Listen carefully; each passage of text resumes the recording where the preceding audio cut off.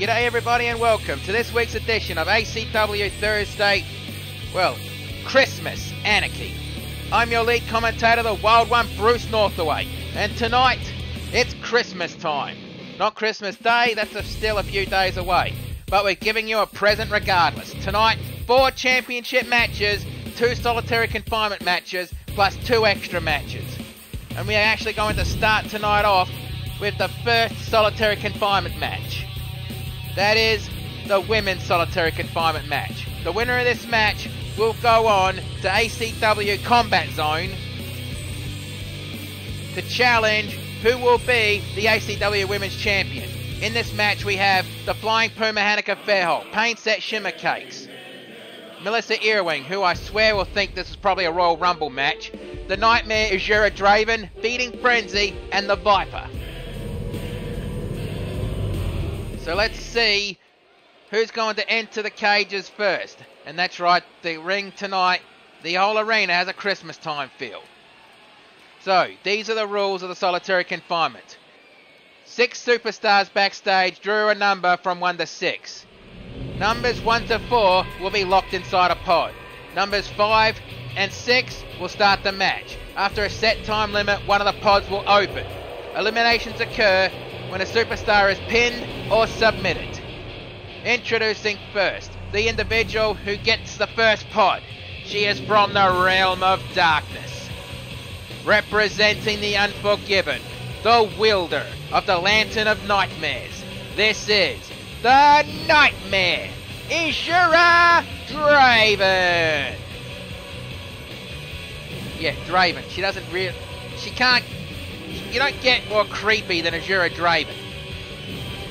I mean, in a debut match over at XPWL, though she didn't last very long over there, she sent, well, Sister Abigail to the hospital and basically she disappeared for a couple of months. Because Draven basically mauled her in that match. So Draven's, well, career in XPWL didn't last very long after that, but what can you do? I mean, there's still got to be a blow-off match between her and Sister Abigail at one point. Maybe that might happen at Combat Zone, I don't know.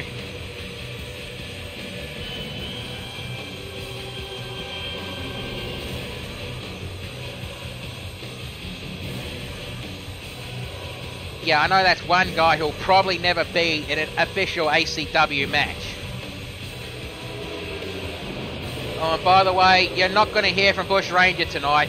He's gone back to the Changeling Kingdom so he can spend Christmas or, well, Heartwarming Day with his family back in the Hive. So it's just me here with the reins tonight. And now, the individual who will get the second pod.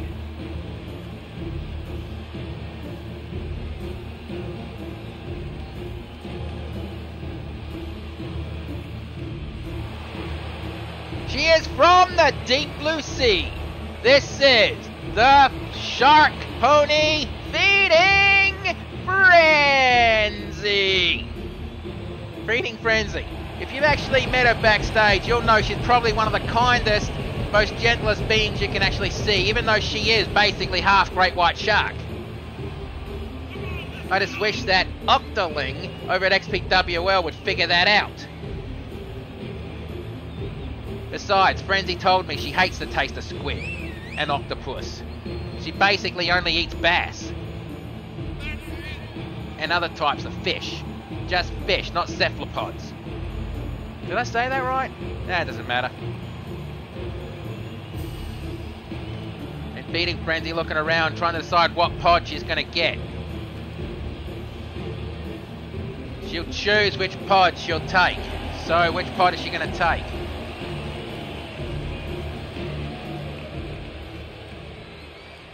Okay, and looks like Feeding Frenzy has made her choice.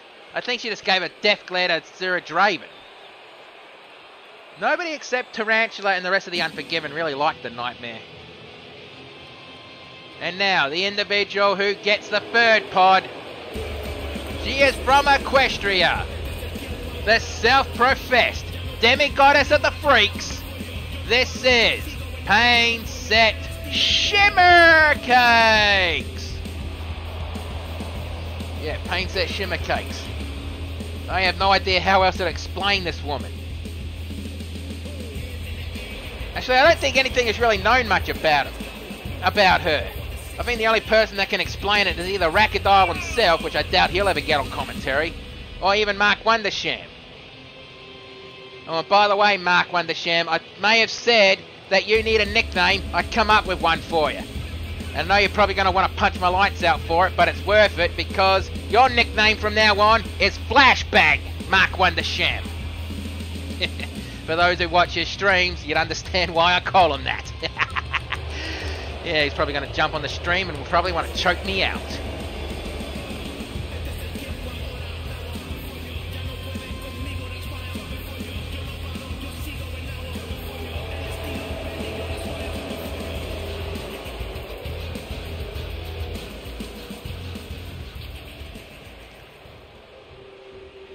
I think Pain Set made her choice as one of the last two pods.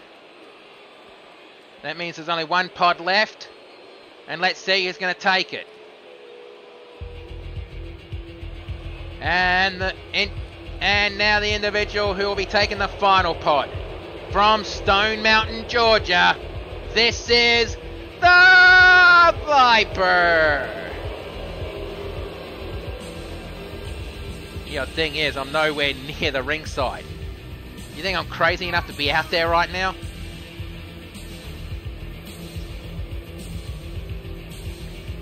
And it looks like Viper dropped that bag, thank fuck. I never want to see what's in that fucking thing. And if you know about my intense fear, you'd probably understand that.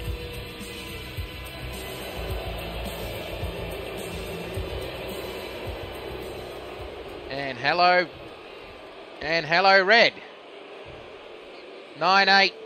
I'm not going to say the full numbers, but welcome to the Anarchy Zone, or Christmas Anarchy Zone today. And now let's see who will be. And now introducing one of the starting two in this match.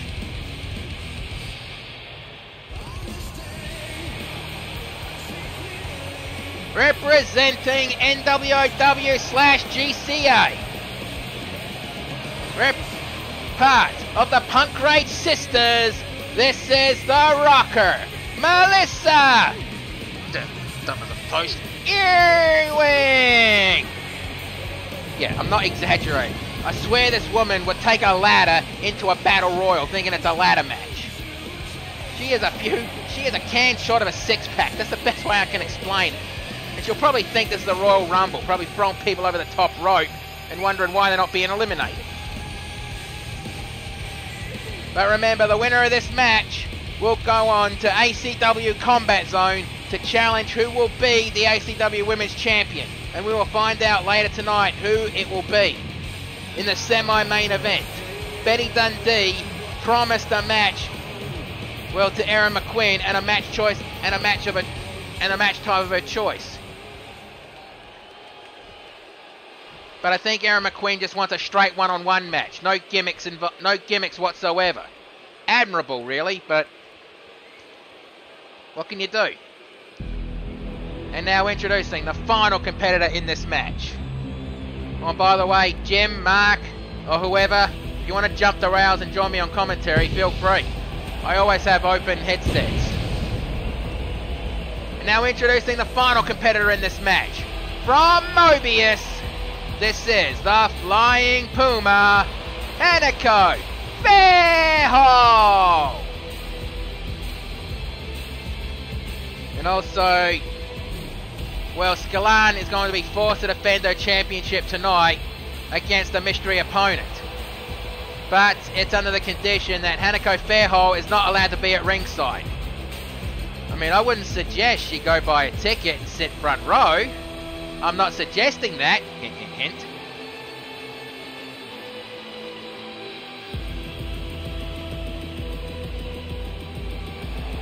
And now we're being invaded by a flock of one duck.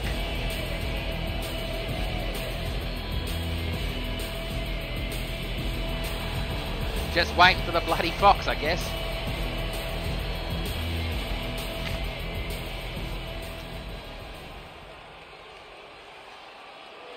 All right, ref, ring the bell.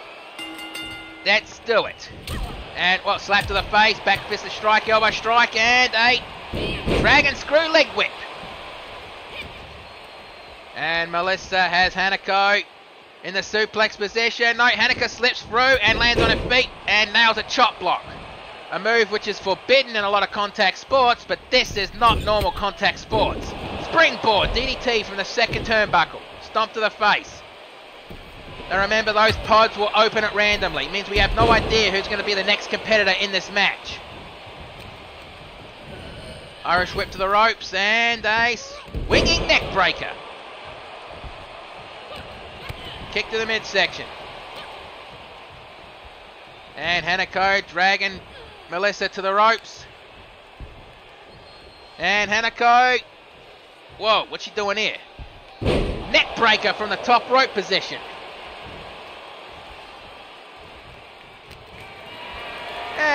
Bush Ranger may be cheap, but he's not that cheap. I mean, he has a few, big screen TVs back there for people to enjoy the show. Either that or they're watching Miracle on 34th Street. Tis the Christmas spirit after all. Or Merry Christmas. And if you... No, I'm not going to say that full line. Not on a live stream. But never mind. Reverse. DDT. Kick to the midsection.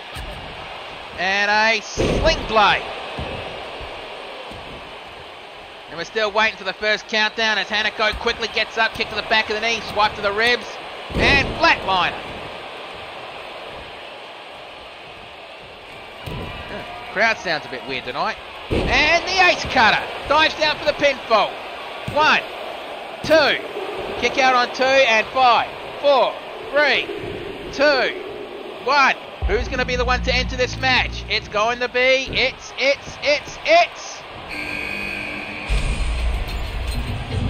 It's the Nightmare Azura Draven.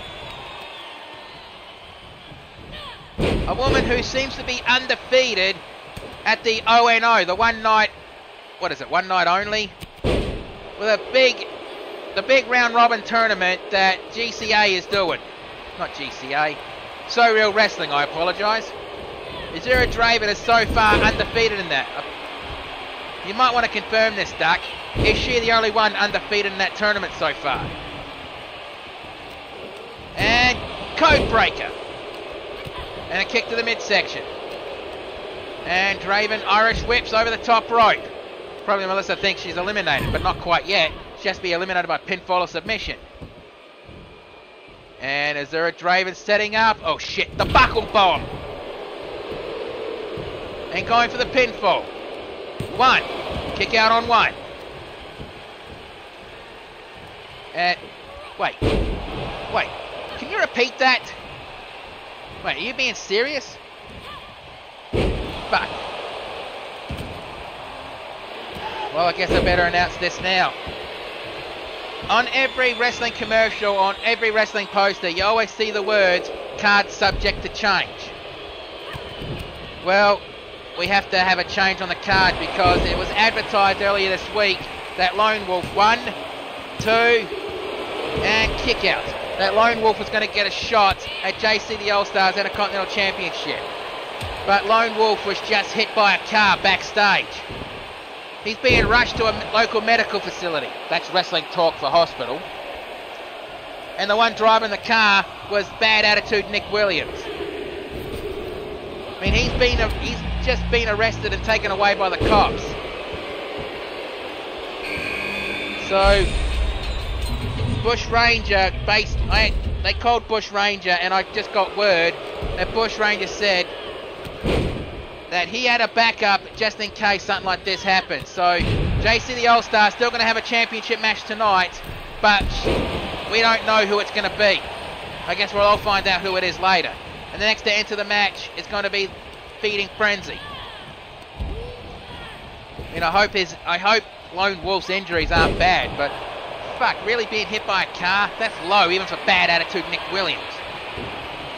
And chop block, landing on her feet. And a drop kick to the side of the head. Irish whip to the ropes. And double A spine buster.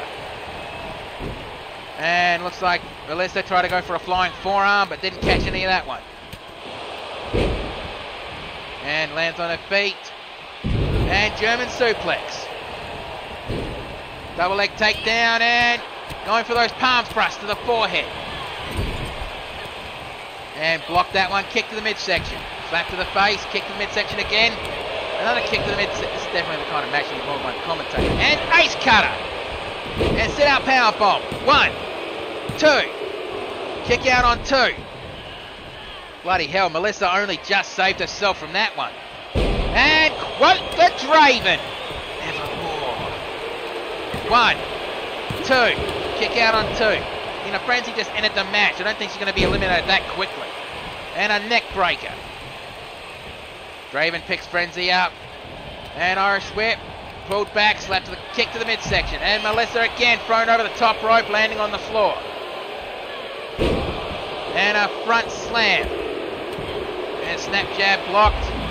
And a strike to the midsection. Irish whip to the ropes. And a hip toss takedown. And paints that Shimmer Cakes has just entered the match. Elbow strike. You know, if I get any updates on Lone Wolf's condition, I will keep you updated. Hip toss takedown. And a knee strike. And fucking off the top rope. 1, 2. Yeah, did I mention Painset entered the match? Yeah, Painset entered the match. An Irish whip over the top rope. Looks like Azura Draven wants to cause a nightmare on Hanukkah Fairhold. And the burning hammer, or as Frenzy was called it, the deep sea plunge. 1, 2. Kick out on 2. And Hanako, well, I like to call that move the ace high cutter. 1, 2. Kick out on 2. Snap suplex.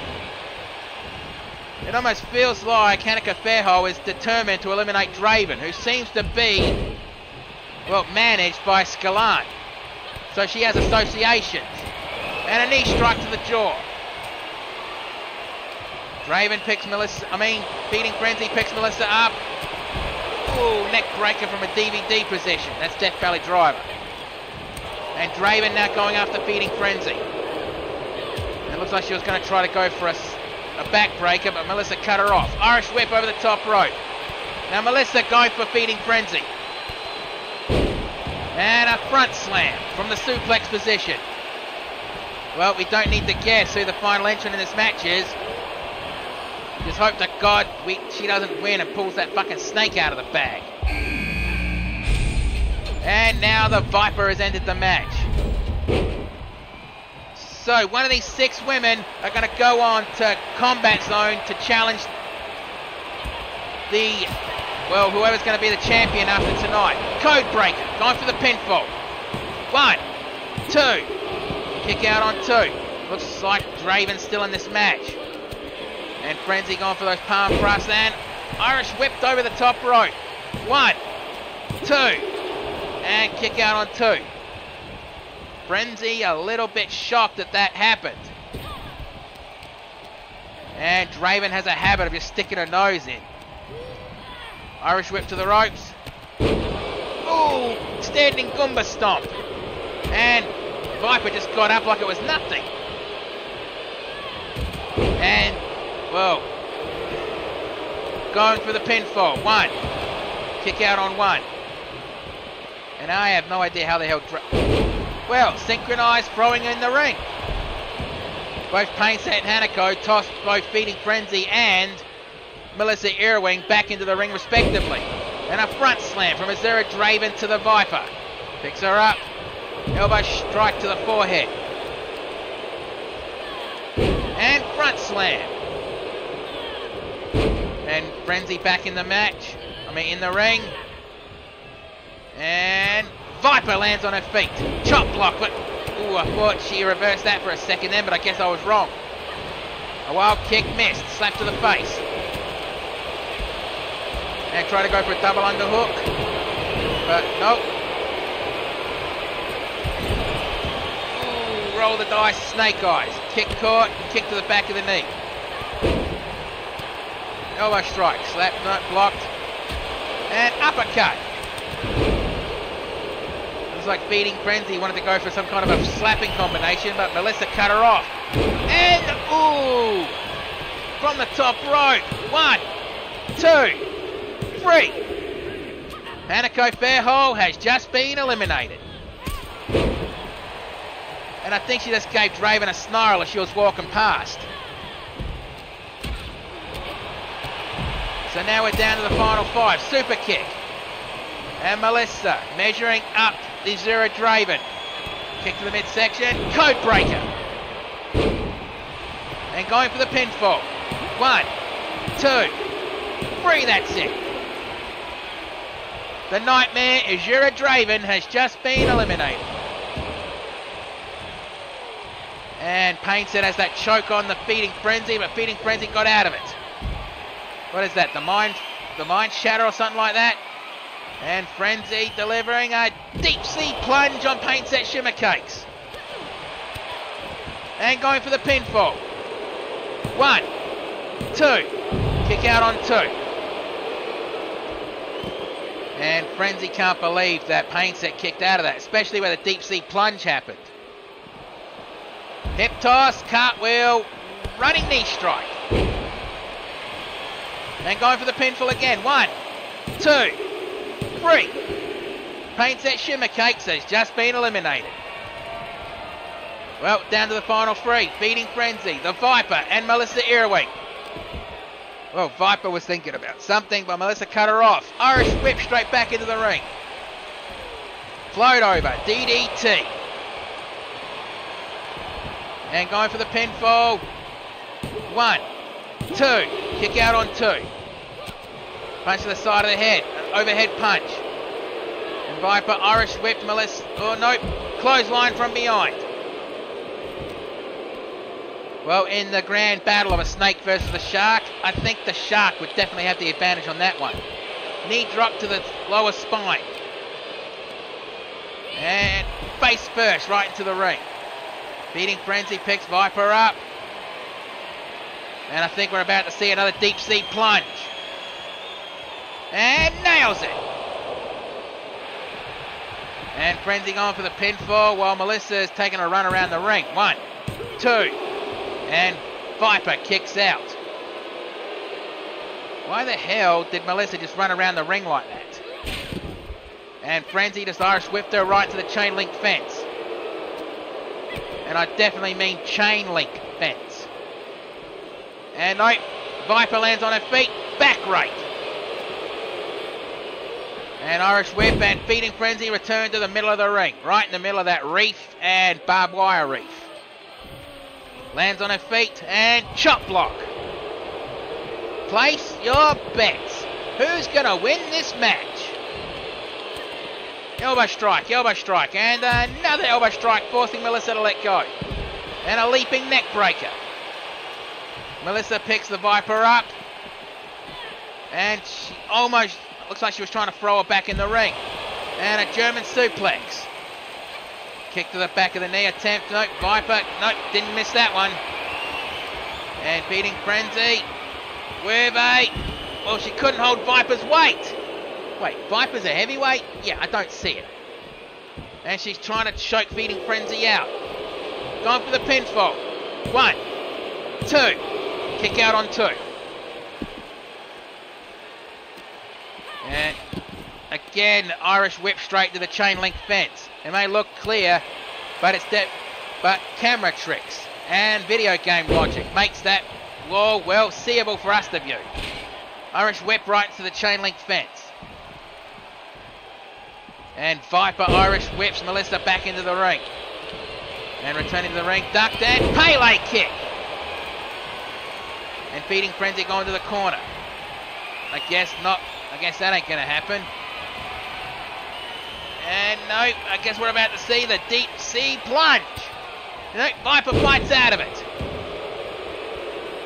And both Viper and Melissa are measuring up Feeding Frenzy. Who's going to hit their move first? Well, it's not going to be the DDT and Code Breaker. 1, 2. Kick out on 2. Feeding Frenzy still in this match. And Viper going to the middle rope. And double axe handle from the top, from the middle rope. Stomp to the midsection. And Viper looking straight at beating Frenzy. Irish whip to the ropes. And collision. Trying to go for a flying forearm strike, but didn't catch any of that one. And Frenzy dragging Viper to the ropes. Clothesline from behind. And back body drop over the top rope onto the chamber floor. Or in this case, the solitary confinement floor. Irish whip over the top rope. And Viper going to the top rope. She's waving for Frenzy to get up, but didn't notice that Melissa was right there. Trying to punch her off the top rope. Ooh, and Viper falls down like a sack of bricks. Well, definitely not like a sack of snakes, because that would be animal cruelty. And forearm and a punch to the forehead. And Viper with an arm block, but Melissa fights out of it. Snap jab, nope. Roundhouse kick to the midsection. And oh fucking hell, the strength for Viper to do that. Dropping Melissa down, going for the pinfall. 1, 2, 3. Melissa Irwing has just been eliminated. Now we're down to the final 2. Feeding Frenzy and the Viper. Well, place your bets right now. Who's going to win? Is it going to be the Shark Pony feeding Frenzy or the Snake Woman Viper? I mean, it's Viper. She's cold, she's calculating, she's vicious, and she's always thinking. But, well, the DDT. And Frenzy gets herself into the corner. Good way to save yourself from being pinned. But Viper pulls Frenzy out of the corner the hard way and goes for the pinfall regardless. 1, 2, 3, that's it. The Viper wins the chamber, the solitary confinement match, earning herself a championship match later on at, well, ACW Combat Zone. The one night of the year where we all declare war. 1, the 2, and that's what eliminated Pain Set. I'm surprised that didn't eliminate Viper there. But I honestly hope to God Viper does not pull that fucking snake out. Because if she does, don't turn around and tell me to run, because you'll be talking to yourself. And let's get the official word. Here is your winner! Earning herself a championship opportunity. What are you doing looking at that bag? Don't you dare. That's it! I'm out of here!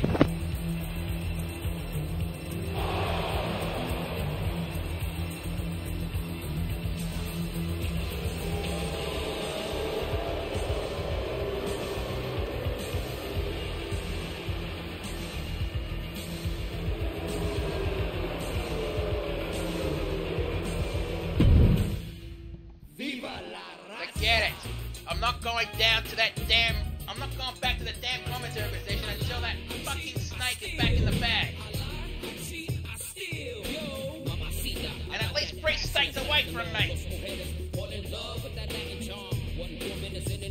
Alright, Sledge. I'm going back. Damn, you didn't have to threaten me with that damn fucking night stick. One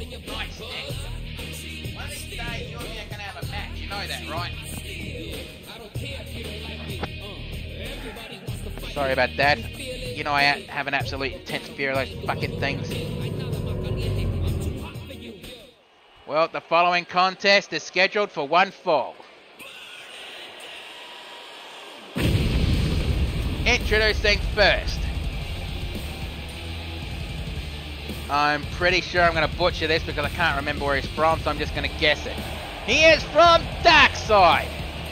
This is the Drip Demon Margin! Well, this is going to be a straight one-on-one match. And Margin has a match tonight.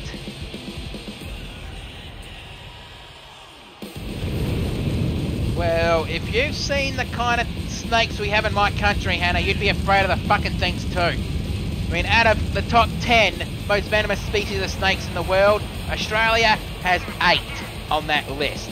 Yeah. You'd be afraid of them too if you come from where I'm from.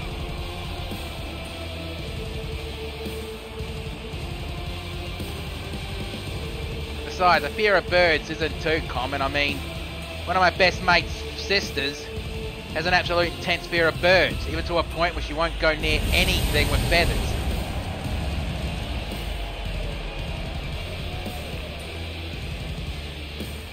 And I think Margin actually told Mark Wondersham once that he has something special lined up for his gear at December of Desolation. And now introducing his opponent. Oh boy. So that's going to be his opponent, huh?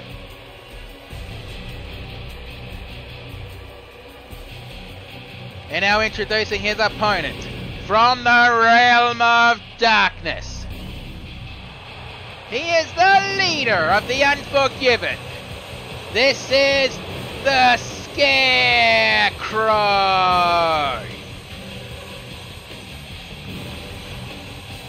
And Scarecrow, the leader of the Unforgiven. Basically, he's the leader. He is the boss of the Nightmare Azura Draven, the Queen of Spiders Tarantula, and the creature Eric Infernal. I think I've even heard Scarecrow once say that he has got a lot more powerful minions under his control, but he does not want to use any of them in ACW. Not unless absolutely necessary. Which is why it annoys him when Skalan just instantly comes to ACW, somehow got a manager's contract, and is managing the Unforgiven.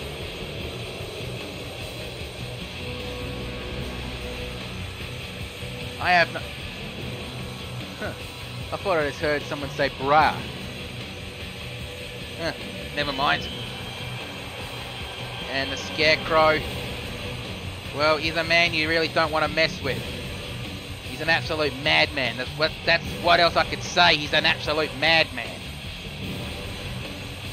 Oh, and by the way, people, those colours on the ropes are not the Mexican flag. They're just Christmas colours. Well, Merry Christmas, Feliz Navidad, and Happy Hanukkah, Happy Kwanzaa, Happy Holidays. Just happy whatever you follow. Ring the bell, let's do it. And look at the size difference between these two. And a kick to the back of the head.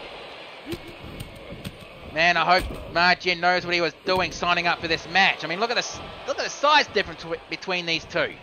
And Scarecrow won't bloody take it easy on you because of your size. Springboard forearm from the top rope.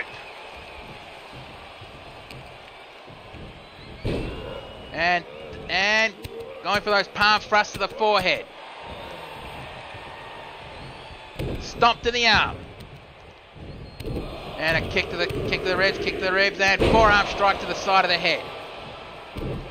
And a stomp to the arm. He's picking it. Kick, and another kick.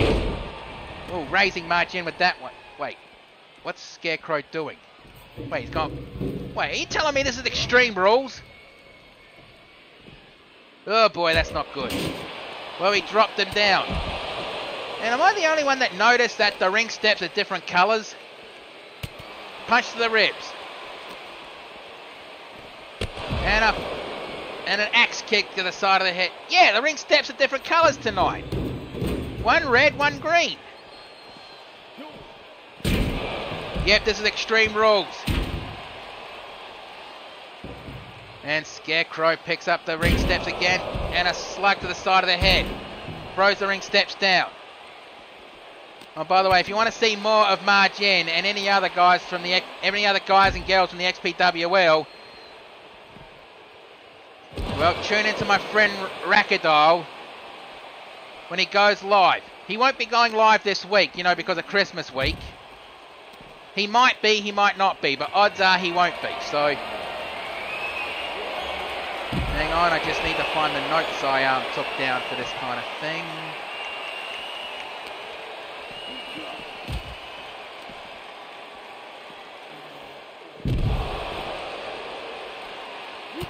Yeah, there we go. Tune in to my friend Rackadile's XPWL wrestling show on his Twitch channel. I will post it in the chat right now. Go follow him and tell him Bruce Northaway sent you. Punch to the side of the head. And since I'm advertising, I might as well advertise my other friends' wrestling shows.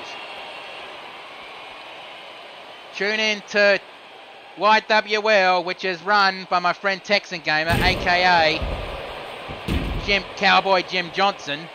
The YWL, the YouTube Wrestling League, when he goes live on YouTube, which is streaming is a bit sporadic because of real life because of real life issues. But when he goes live, that's his YouTube channel right there.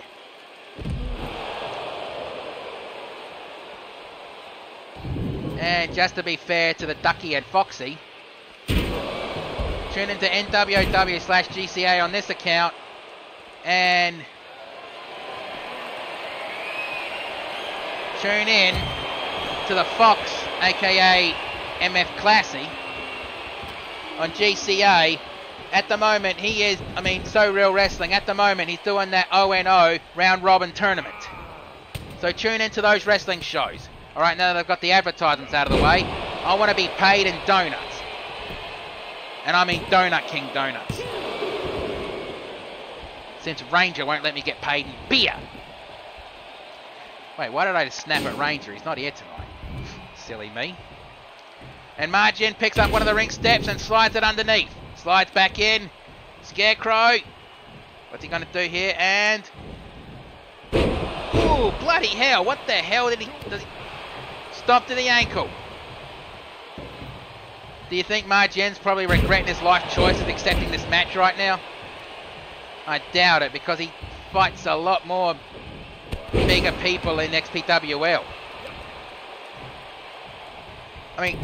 Quote me if I'm wrong, but isn't he a current champion over at XPWL? And Margin counting down. What's he going to go for here?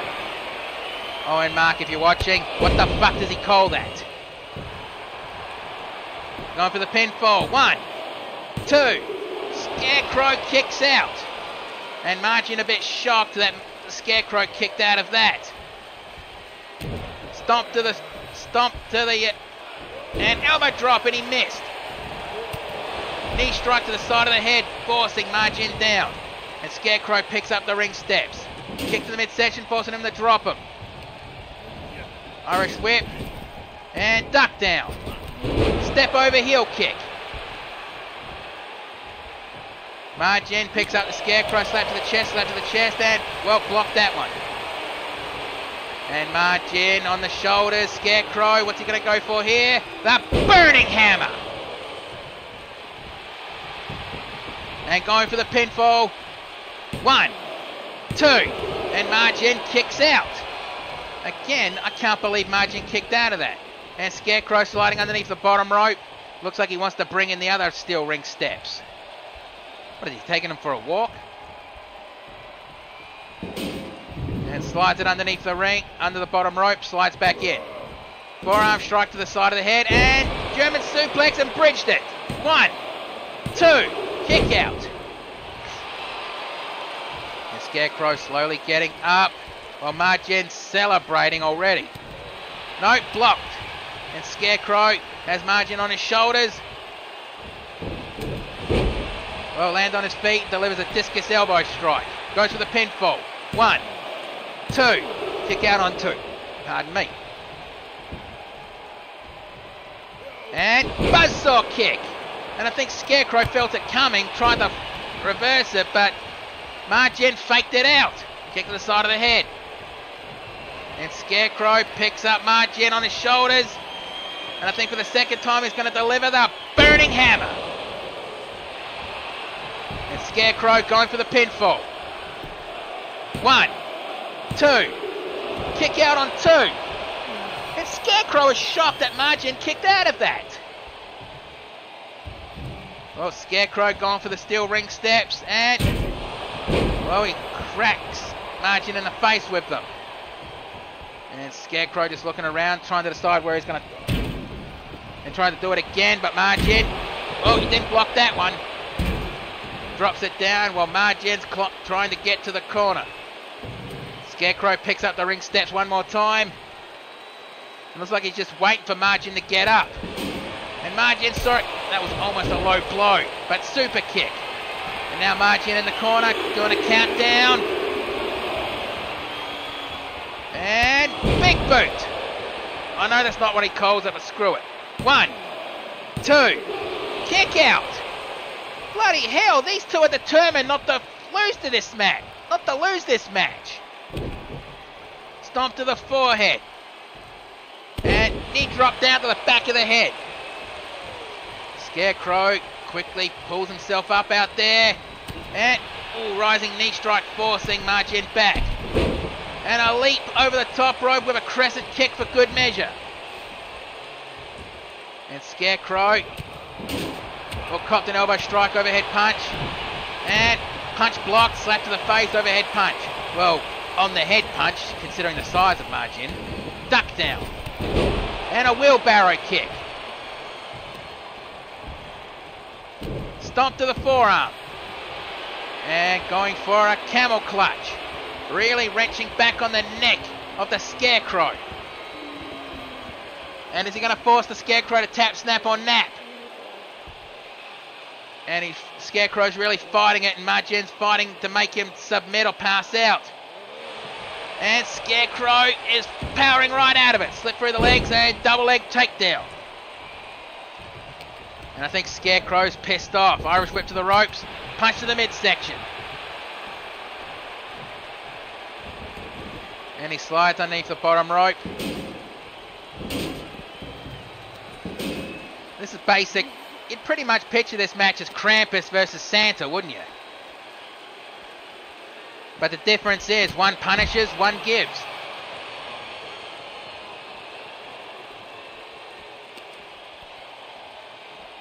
And Scarecrow.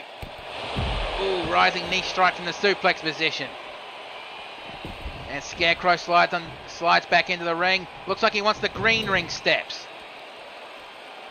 Maybe he's trying to say to Margin, what colour do you bleed? And ripcord clothesline. Ooh, the back of Margin's neck, the way it hit the ring steps on the way down. And going for the burning hammer one more time and nails it. And now Scarecrow going for the pinfall. 1, 2, 3, that's it. Bloody hell, that was a hell of a match. What do you think, chat? That was a hell of a match. And that was the fake out that got Scarecrow, but he didn't miss it. And the big boot, I need to know what he calls that, but let's get the official word. Here is your winner, Scarecrow!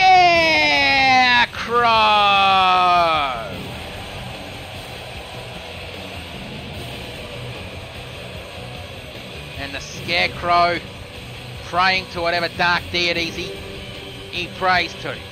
I mean, it's not like Skalan where he's forced to, he just chooses to. And now let's get ready for the next match.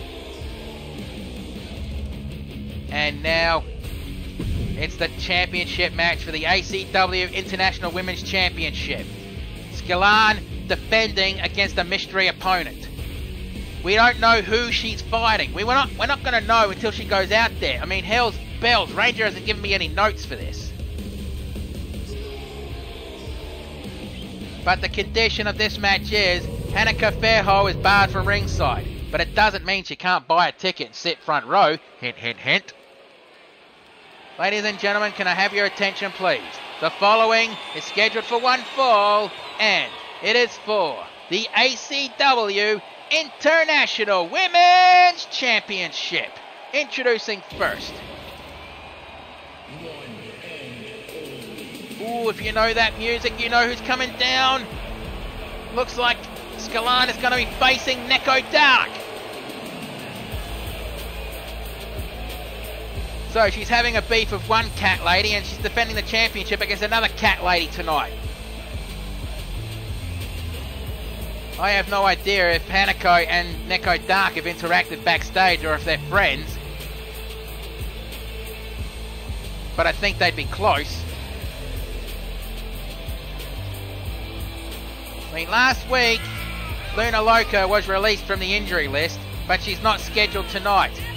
I think she opted to go to Mexico so she could spend, well,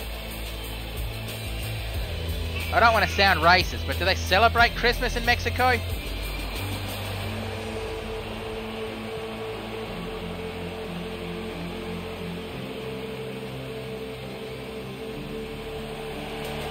And Neko Dark, well, she's from the other side of darkness, but chooses to walk within the light. I mean, I once asked her, if you actually want to walk within the light, then why have pentagrams all over your gear? And she told me she may not want to walk in the darkness, but she will not forget where she came from. And now here comes the so-called Nether Void Queen. Yay. And Skalan is coming down to the ring, and there was much rejoicing. Yay.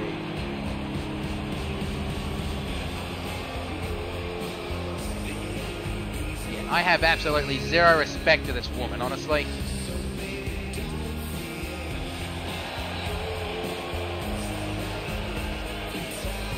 I don't know about paganism. I just don't want to bloody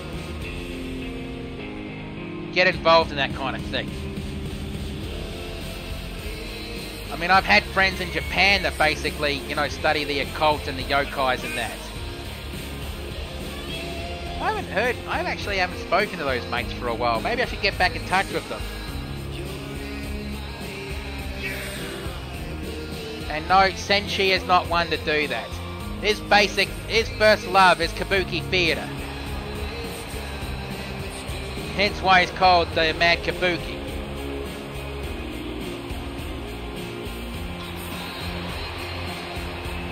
Doing this entrance, she's obviously rubbing it into someone.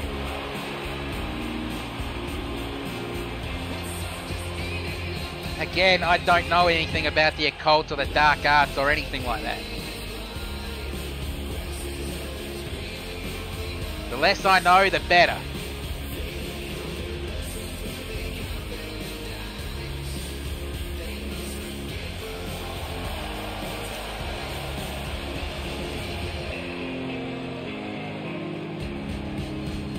I think Skalan's trying to send a message to the inverted shadow doing that, even though she's not allowed to touch him, from what I heard.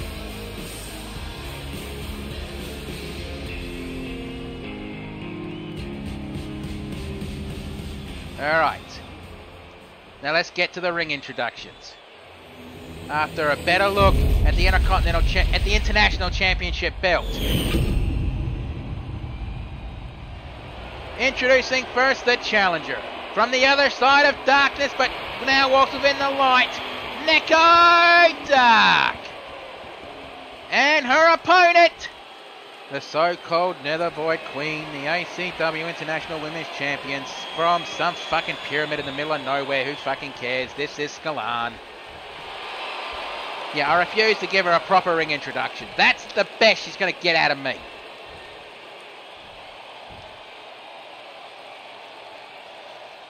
And if you don't like that, Skalan, then try to send one of your minions after me. I'll just bloody knock them out with my brass knuckles.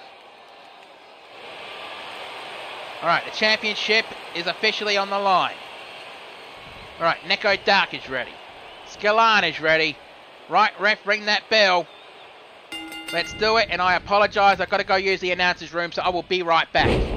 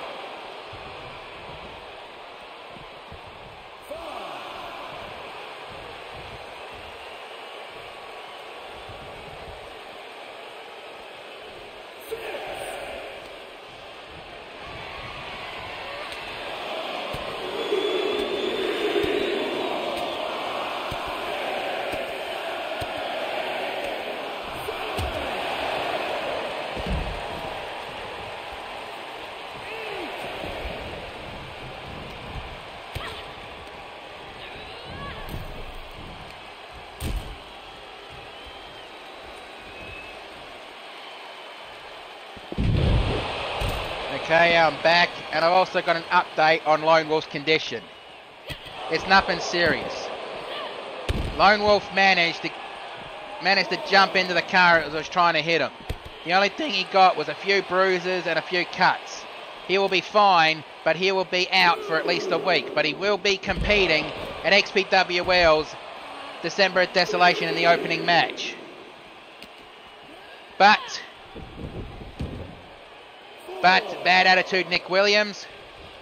Charges have been filed against him, and he will be out for at least a little while.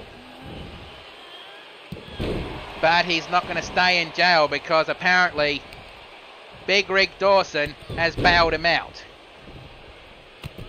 But Big Rig Dawson and bad attitude Nick Williams have been barred from the arena tonight. Means they're not allowed to step back in.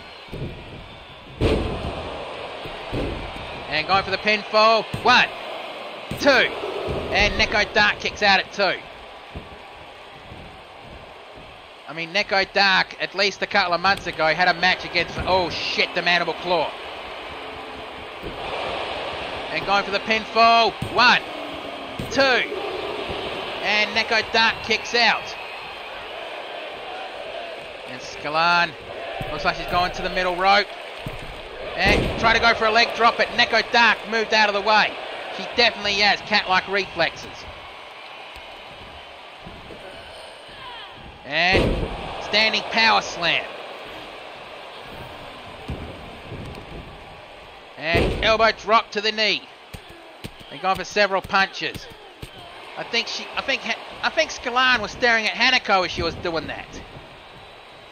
And measuring up Neko Dark, and well, she missed. Neko Dark moved just slightly. And running super kick. I think she deliberately aimed the heel of her boot into the jaw of Skalan with that one. And gutbuster. And Skalan, well, exits the ring but re-enters. Goes for a springboard clothesline. Like as I was trying to say before, Neko Dark gave Valor, I don't think I can wrap my tongue around her name. From XPWL. The White Raven of the Pale Rider. 1, 2. Had a guest match on ACW Thursday Night Anarchy, and Neko Dark gave her an absolute epic fight. I mean, if Valor ever decides, I think I got her name right that time, to sign a contract for ACW, I'm pretty sure she'd want another rematch against Neko Dark. And the ref there to see if Skalan's going to tap, snap on nap. That looked like a modified Indian Deathlock. But that wasn't a proper Indian Deathlock because those moves are so complicated to put on, you can't undo it yourself. The referee has to do it for you. And Skalan on the top rope, and ooh, she landed right on her head on the way down.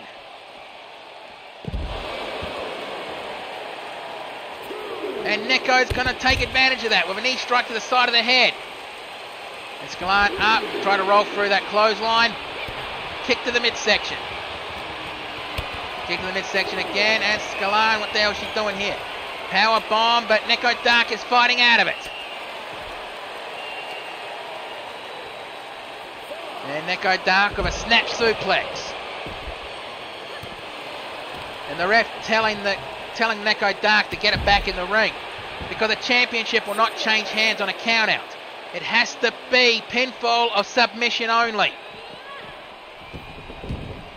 Irish whip straight back into the ring, and springboard over the top rope. And Neko Dark decides she's going to go to the top rope. And the 450. Or the 630. Yeah, the 630. 1, 2. And Skalan kicks out. And Neko Dark decides she's going to try it one more time. And shooting star press that time. But Skalan fought right out of it. And Skalan dragging Neko Dark to the ropes. What the hell is Skalan going to do here? Irish whip. Well, whatever she was planning, she missed. And a couple of strikes. Strike to the midsection. And half Nelson suplex.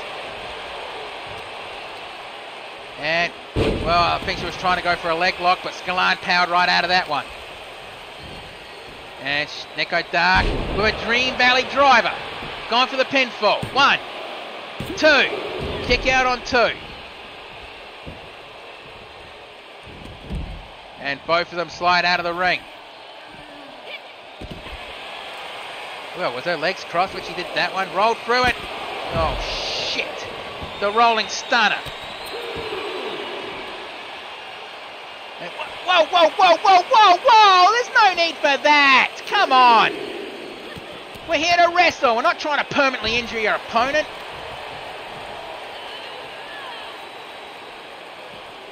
And Neko Dark. I think the lights are on, but nobody's home right now because of that damn neck break maneuver. And Scalan rolls out of the ring as Neko Dark snapped out of it. And modified octopus stretch into the Samoa drop.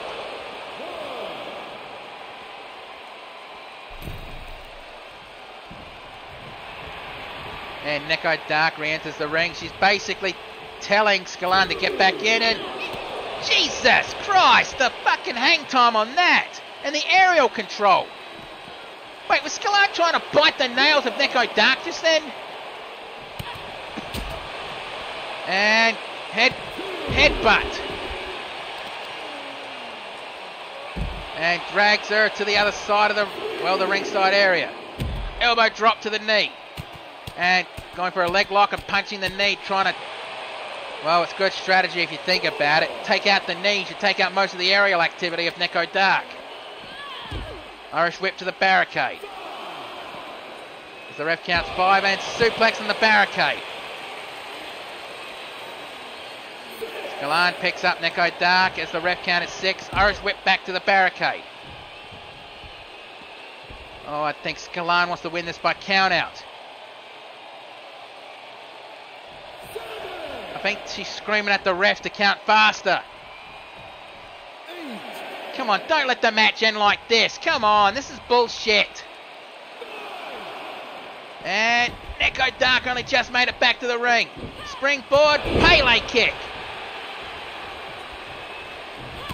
And waiting for Scalan to get back up and grab, no, punch to the midsection. And now Scalan dragging Neko Dark to the ropes. And rolled through, and Scalan jumps out of the ring. What the hell is she doing here? And a rolling stunner.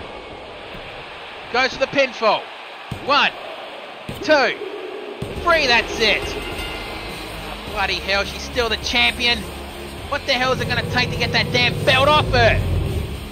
This is ridiculous. I mean, it was a good back and forth match, but still. I was hoping that the title would be taken away from her. Let's get the official word. Here is your winner and still our International Women's Champion, the so-called Nether Void Queen, even though we all know she's a bitch, Scalan. And there was much rejoicing. Yarr.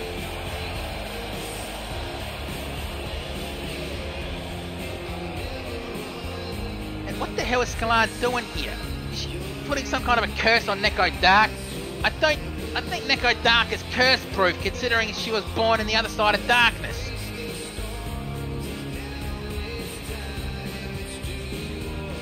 It's a load of shit, come on.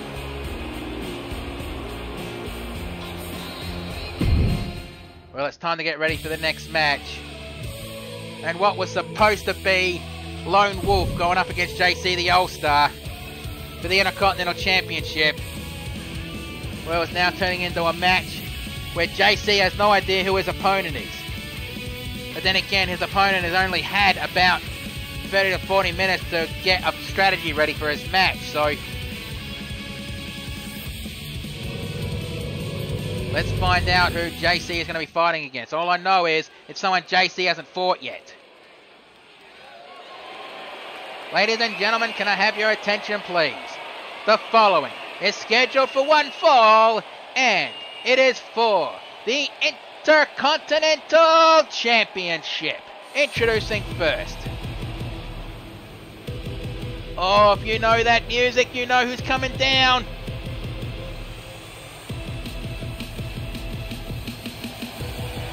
Introducing... Oh, wait, I've got to do that in the ring. But yeah, here's his opponent, the Extreme High Flyer Jag. I mean, it's been a hot minute since we've seen Jag in a one-on-one match.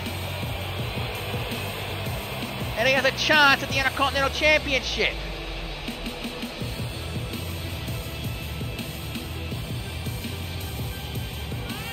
I know Lone Wolf will get a championship opportunity later down the road, but at the moment all he can just do now is just relax, rest and heal up.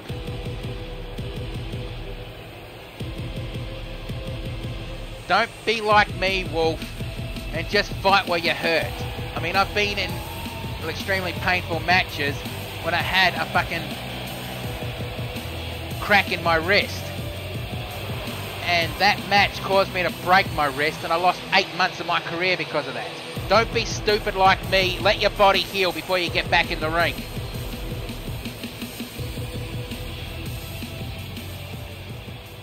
I mean, let's not forget my knee injury, which cost me about 10 years. So don't be stupid like me and let your body recover. And now introducing the champion.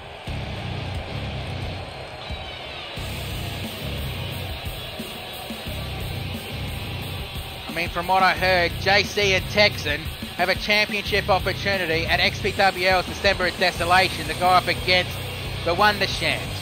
Basically, Mark Wondersham teaming up with his brother. Yes, brother. You can stop sending me death threats now, Mark. I said it properly.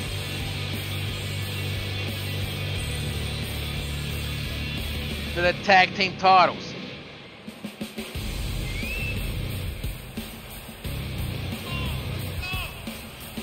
I mean, how would you suppose you prepare for one opponent and then because of the thing you always see on wrestling posters and on adverts, cards subject to change, you don't know if you're going to be fighting your opponent that night or somebody else. This is the very reason why we have the term cards subject to change.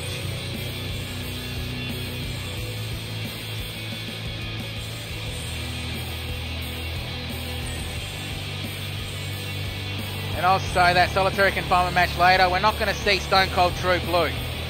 Him, Dusty, Rocking and Ivory Shadow have gone back home so they could celebrate Christmas with their family. Mainly Dusty's parents and their daughter Jazz.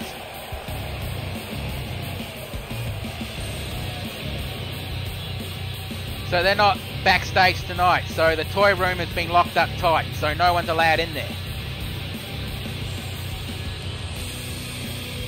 Yeah, we have that room set aside so Jazz can be safe in there and not watch any fights and just play in there to a little heart's content.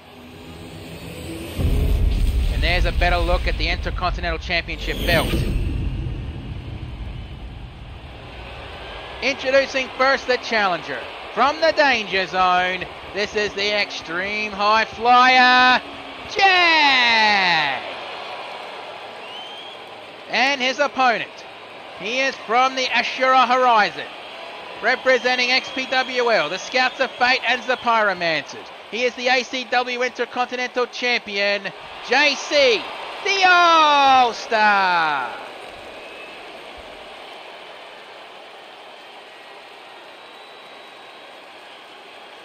And here comes the championship ceremony. JC hands the belt to the referee. The referee will walk over, show the opponent. So this is going to be a hell of a strange match considering both guys have not really prepared for each other.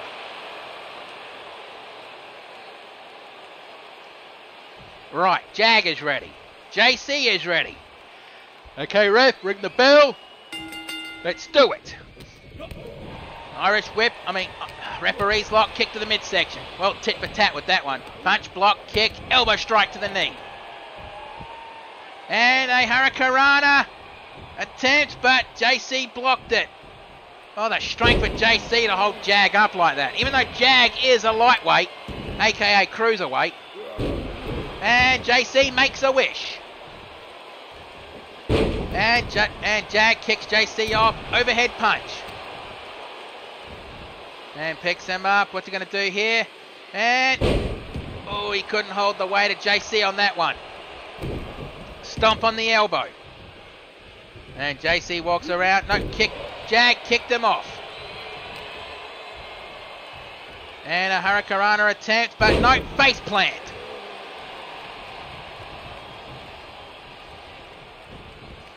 And, ooh, suicide dive. And a knee drop to the side of the head. He grabs him and DDT. He's just dancing around Jag, trying to figure out what... And knee blocked. Overhead punch attempt. And high angle side slam. Stomp to the side of their face. Oh, by the way, one of those three commentators there are not me. That's the Spanish announce table. It's tradition that if any table gets smashed, it's the Spanish announce table. It's a running joke from the Attitude Era of the old WWF days. Now WWE. And Jag gone for the pinfall. JC. 1, 2. I know I'm going to cop it later for calling JC the wrong name, but it doesn't matter. Elbow drop to the knee. And really smashing the knee of Jag on that one. Knee strike to the thigh. A second knee strike to the thigh. Third knee strike to the thigh. And stomp on the elbow. Stomp on the arm. And a kick to the lower back. And super kick to the knee. And JC with the back flip. German suplex. Realised he's too close to the ropes and didn't bridge it. And now JC measuring him up. And kick, and a true icebreaker. Going for the pinfall. 1, 2. And Jag kicks out.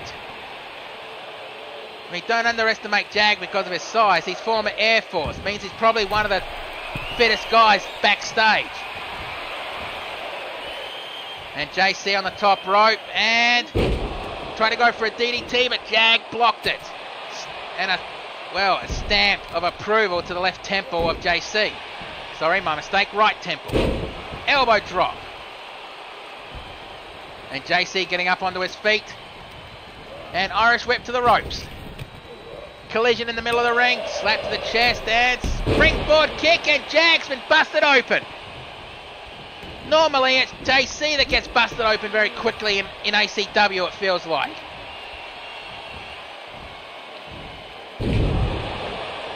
Well, hey, Dazul, if you're still in the chat, is that true? Can Modi actually speak Spanish? And a punch to the side of the head. And Jag with a gut wrench. Powerbomb right in the middle of the ring, right on the C of ACW logo. Stop to the ankle. Stomp to the ankle. And it stomps him right there. And Jag looking around, trying to figure out what to do. And JC rolls out of the ring to catch a breather. No, Dazul, the duck. I know he speaks Spanish because he has a bloody thing on his stream where you can actually make a donation. Well, not money donation, just donation like with Fair Dinkum points. Well, he speaks Spanish for 2 minutes straight. Neck breaker. Slap to the chest, elbow strike. Punch to the midsection, elbow strike again. Come on, you two, get back in the ring. I don't want to see a title match end on a double count out. Come on. Knee drop to the side of the head. And he picks him up. And high angle side slam. And it's okay, Hannah. It's an easy mistake to make. On the shoulders and Death Valley driver into a neck breaker. Kick to the top of the head as the ref counted 7. And JC heard the ref count 8. And he breaks the count. I think he wants to end this. I don't think he wants to win this match on a count out. I think he wants to end it fairly in the ring. I mean, you know the term iron sharpens iron. I think JC is the embodiment of that. JC picks Jag up, super kick, but Jag blocked it. He basically just told Jag, you can't. Jag just told JC, you can't see me. I mean, come on. Both of their names start with a J. Give me a break. Slams arm into the mat. And Jag looks like he's trying to twist the head off JC's shoulders. And slams him down. He goes for the pinfall. 1. Kick out on 1.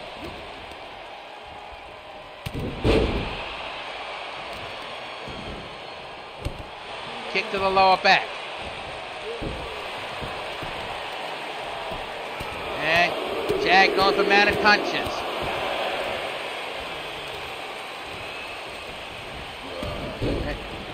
Hang on a sec, someone's just trying to get my attention over here.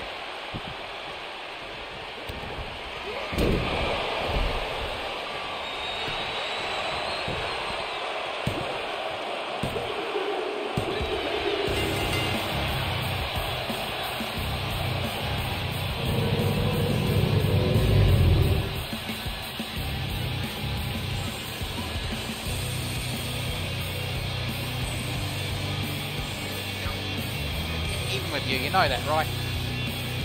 Hey, wait, did I just miss the end of the match? Oh, well, and with the 1, 2, 3, and let's get the official word. Here is your winner, and still, ACW Intercontinental Champion, JC, the All-Star! And looks like that match took the wind out of JC on that one. I mean, it's a hard match to go up against Jag. I mean, Jag is a former champion in his own right.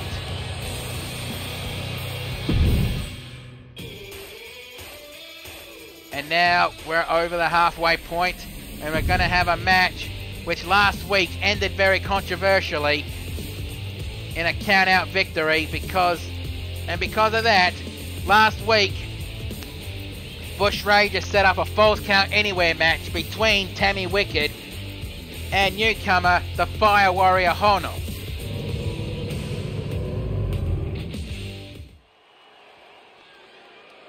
Alright. The following contest is a falls count anywhere match. Introducing first from London, England, this is Tammy Wicked. She broke another one. I mean, we're not paying for those, obviously, but still, why the fuck break those things? They cost a fortune. I mean, I know it's the punk rock lifestyle, not the fucking not to take care of your instruments. I mean, hell, a lot of them get trashed all over the place. I mean, remember the UK rock band The Who? They trash their instruments after every set.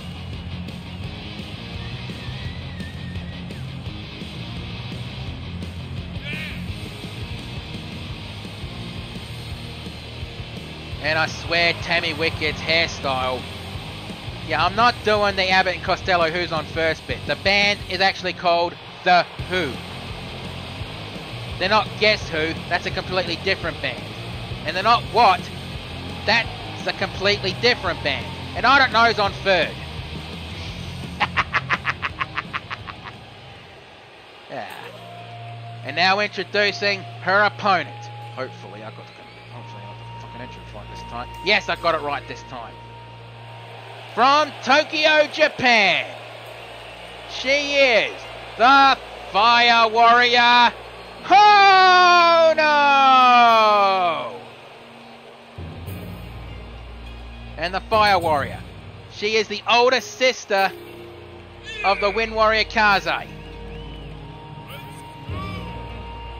Well, actually, I think that's a year difference between their ages.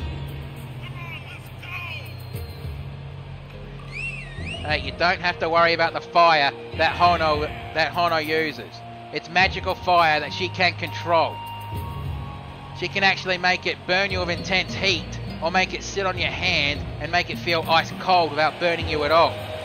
She actually proved that to me earlier today, and bloody hell, I've never held fire in my hand and it felt cold to the touch. I mean, I've had fire on my arm with 3rd degree burns, but I've never actually held fire in my hand. So it's fucking incredible. Your Dragon Lady's fire is dragon fire. Hono is ancient magic of an elemental variety. Kaze has wind magic, Hono has fire magic. Okay, Tammy Wicket is ready, Hono is ready. Right, ref, ring that bell. Let's do this. And elbow strike, another elbow strike, kick caught, and Tammy Wicket screams out, oh no you don't, spins her around. And a leaping DDT. Goes for the pinfall. 1, kick out on 1. It's too early for a pinfall like that. And single arm DDT. And going for an armbar.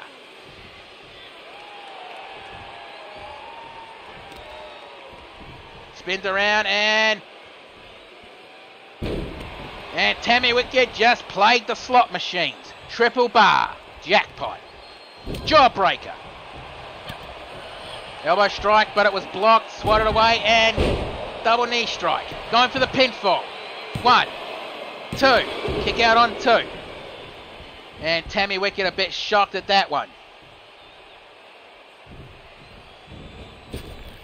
And running kick to the side of the head.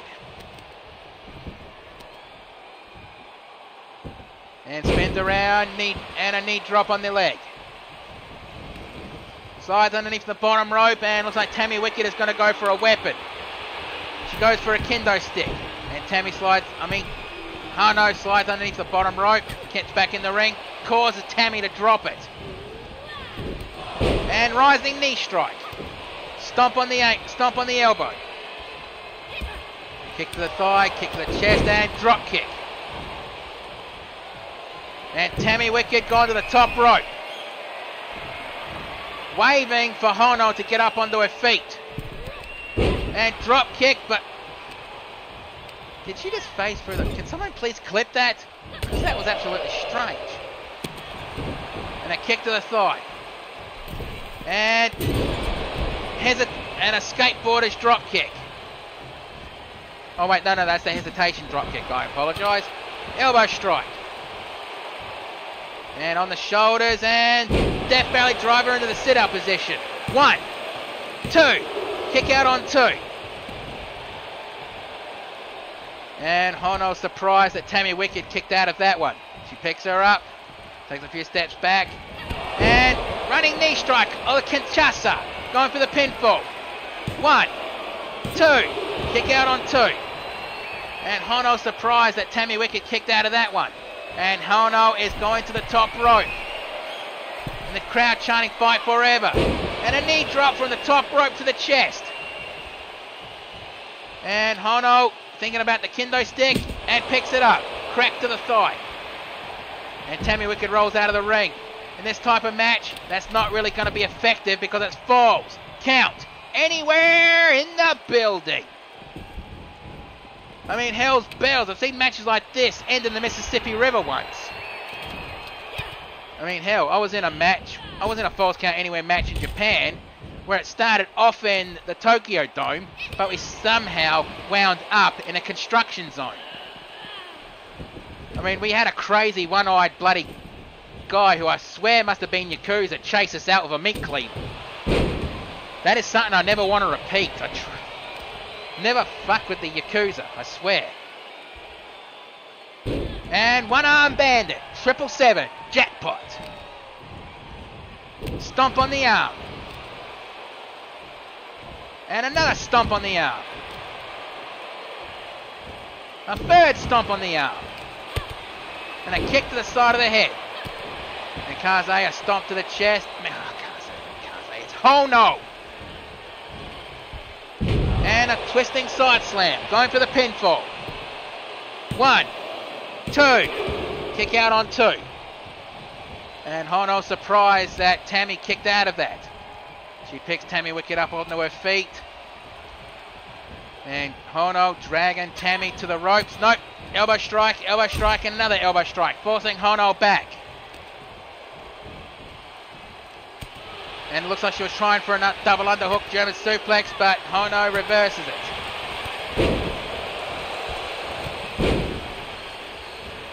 Yeah, I think that's probably the guy. I mean, I only saw him for a few seconds. I mean, a crazy guy charges at you with a meat cleaver, you fucking run. You don't look at him twice.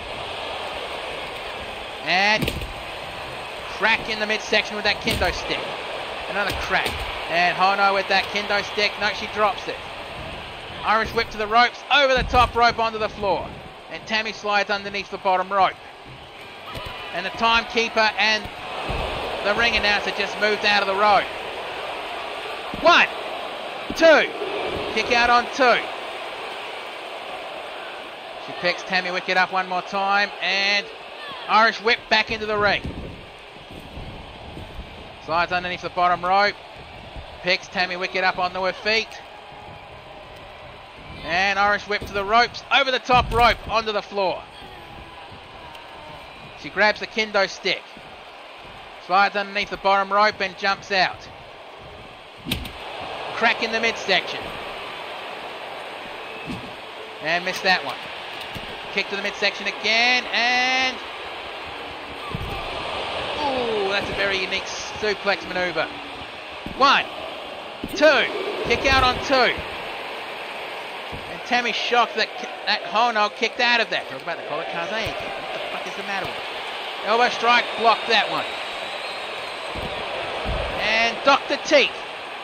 Although, considering the mask that Hono was wearing, I think that would have protected her mouth. And the kendo stick shattered on the midsection of Hono. And leaping jump right on the elbow drop to the midsection. And another elbow drop on the midsection. And Tammy picks Hono up. Irish whip to the barricade. Stomp on the ankle.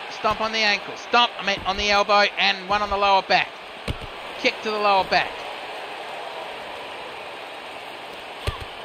And a kick to the side of the head. Hono picks her up. Overhead punch attempt. No, punch to the side of the head. Blocked. Elbow strike. Blocked again. Kick to the midsection and face buster. Or the nose job. Or whatever the fuck you call that move. The X Factor, I don't know. Stomp on the elbow. Kick to the lower back. And picks her up. Kick caught, spin around, and elbow strike to the side of the head. Club to the back. And Irish whips Tammy Wicked straight back into the ring while Hono taunting on the apron like that.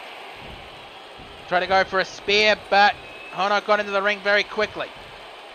And Death Valley driver into the sit-out position. And looks like Hono wants to grab another toy. What's she looking for? She grabs a baseball bat. And a couple of strikes in the midsection. Rolled out of the way of that one. Ducked down. Irish whip to the ropes. Over the top rope and onto the floor. Slides underneath the bottom rope. And kick to the midsection. And Irish whip straight back into the ring. And Tammy Wicked quickly gets back in. Ooh! Hono's head landing on the back of that baseball bat. And going for the pinfall. 1, 2. Kick out. And only just a bloody back and forth for this match. And Hono trying to get up, but Tammy picks her up instead. Irish whip over the top rope onto the floor. I mean, I know Hono is a master of martial arts and fire magic, but because of the, well, reality anchors, she's not allowed to use her fire magic in the ring, and I don't think she's used to this kind of fighting. Not like her sister Kaze, who's used to it. 1, 2. Kick out on 2. Bloody hell, Tammy Wicked must be thinking right now, what do I have to do to put this woman down? Picks her up. And a Selena Del Sol. Oh, sliced bread number 2. Kick caught. And Hono waved that one off with a clothesline. And she goes for the pinfall. 1. Kick out on 1. And Hono stalking Tammy Wicked picks her up. Kick to the midsection. Irish whip to the barricade. Punch to the ribs. And spear into the barricade. Picks her up. Kick to the knee. Kick to the thigh. And twisting German suplex. And both these two must be thinking, what do I have to do to win this match right now? I think it's going to come down to who's the most hungry. Stomp to the thigh. Elbow strike, a second elbow strike, and another elbow strike, forcing her to drop down. Picks her up, and Irish whip into the barricade. Drops and punch to the side of the head. Kick to the midsection. And Hono picks her up, and Irish whip straight back into the ring. And Hono measuring up Tammy Wicked. Back elbow strike. And a clothesline. It looks like Hono wants to grab another toy. She grabs another kendo stick. Those things don't tickle. They sting like a bitch. And Tammy snatches it and cracks Hono in the stomach with it. Ooh, bloody hell. And Hono decides, go 1, 2, 3, that's it. It's impressive that she lasted that long. Like I said before, martial arts and fire manipulation fighting are completely different styles to wrestling in the ring, and especially this type of match. So Hono had to adjust on the fly. I reckon she did a really good job. Can't deny that one. But let's get the official word. Here is your winner, Tammy Wicked!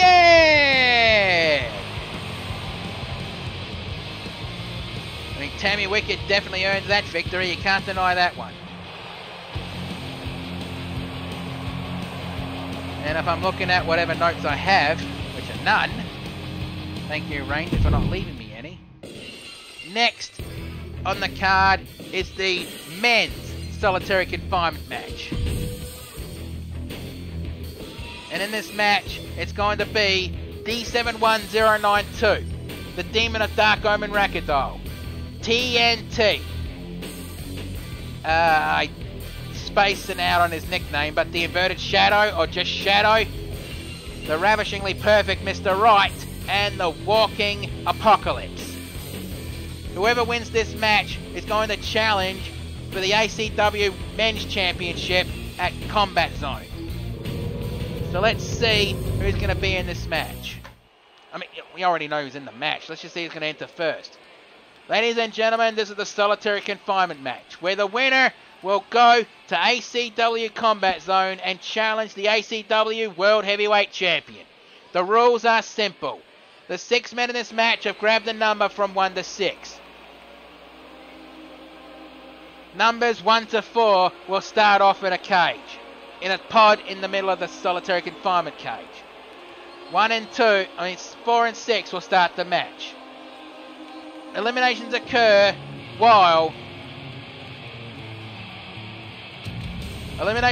with pinfall and submission. After a set time limit, a pod will open. This match will end when 5 out of 6 wrestlers have been eliminated. And now the individual who drew number 1 to enter the pod first.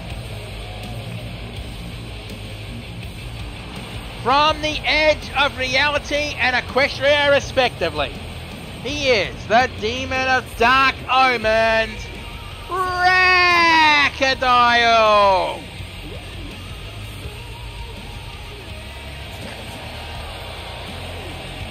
Rackadoll's probably coming into this match disappointed that his goddess didn't win her match earlier tonight.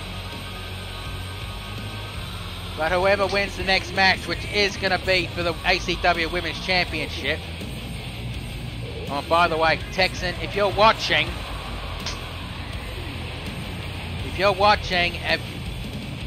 can you let me know if Erin actually picked a specialised match or if she's happy with a strict one-on-one match.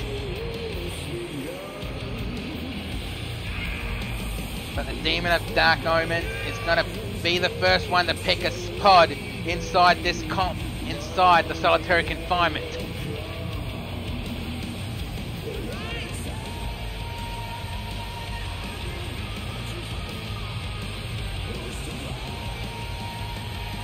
There's not much else you can say about this guy.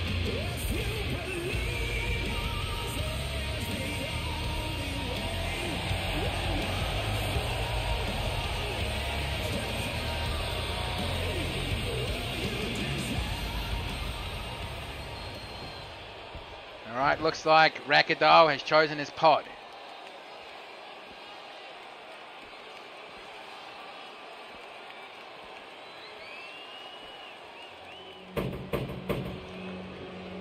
And looks like the next one to enter the cage. Well, in a way, he's gone from one solitary confinement to another solitary confinement.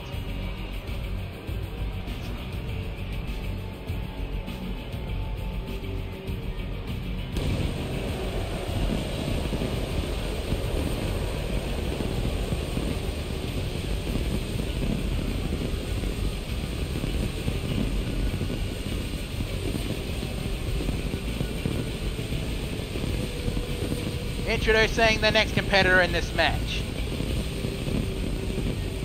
Representing the SCP's Foundation. Site, redacted. Reason for being here, redacted. No, this is not the semi-main event. That's the next match.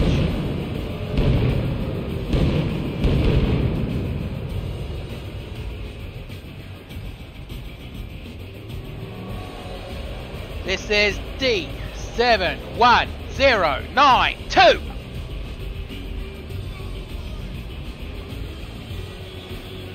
If I'm starting to sound a bit drained, it's because it's summertime in Australia right now and my room is starting to warm up.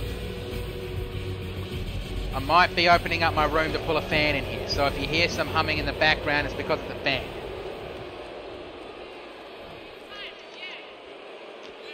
And it looks like Dee's picked his pod and he just gave a death glare to the Demon Rakadol. Maybe that's a reason Dee's here, so we can try to capture the Demon for the SCP Foundation. And now the third entrant in this match. From Blackpool, England.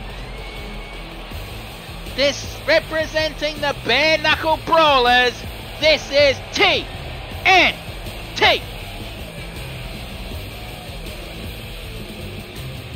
Oi! Oi! I really shouldn't do that, but still it's fucking funny. But either way, TNT, if you've never seen this guy before, well, you're kind of going to be in for a painful treat because, well, TNT is a master of the European joint manipulation style. In other words, he can bend your body in ways it shouldn't. And yeah, that's right, it's fight night.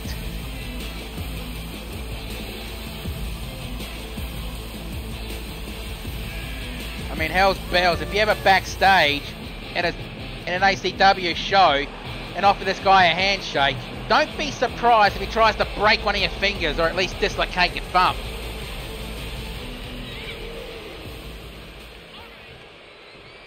Alright, and looks like TNT has chosen his pod.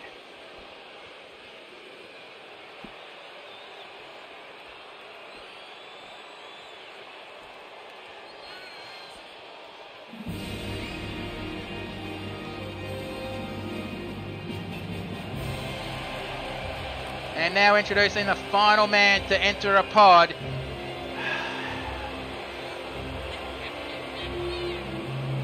Like, spacing out where he comes from doesn't really matter. He is representing XPWL, the ravishingly perfect Mr. Right.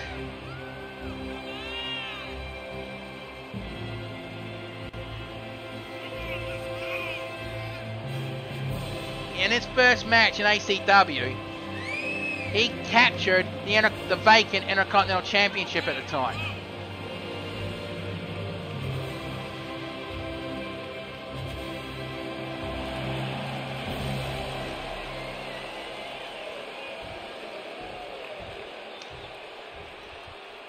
Alright, now Mr. Right is entering the final pod. So I guess by, well, eliminations, I guess we know who the first two competitors in this match are.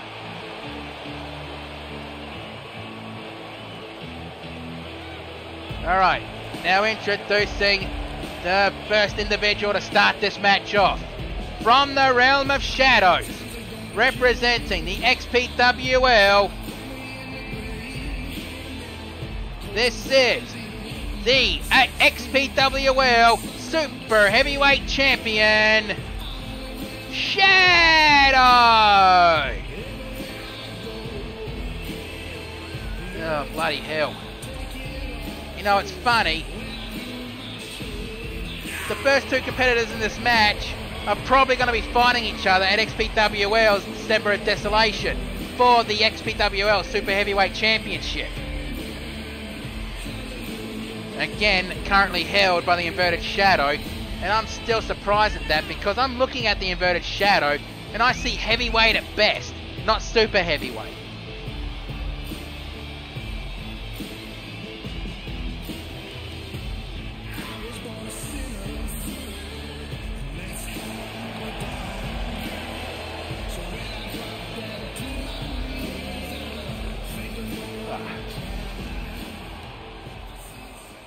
And now introducing the final competitor in this match. And Shadow just looking around at everybody in this ring, or in those pods.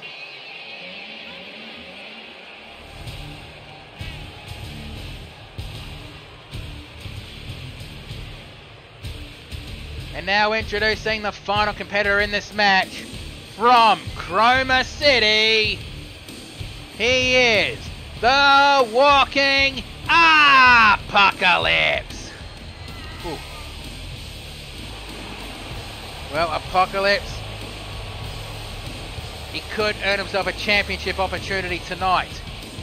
And remember, the main event tonight is Texan Gamer 13 defending his championship against the man who won the gauntlet match last week, the Wastelander. Wastelander didn't waste his time and decided to cash in tonight.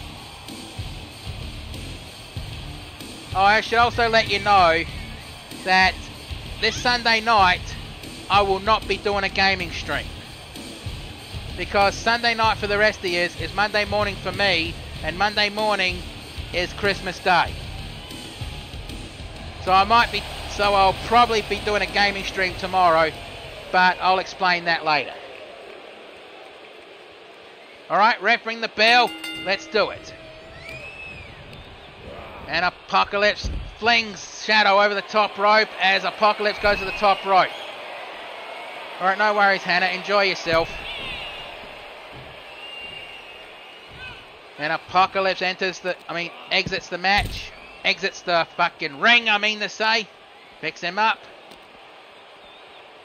And dragging Shadow and flings him over the top rope.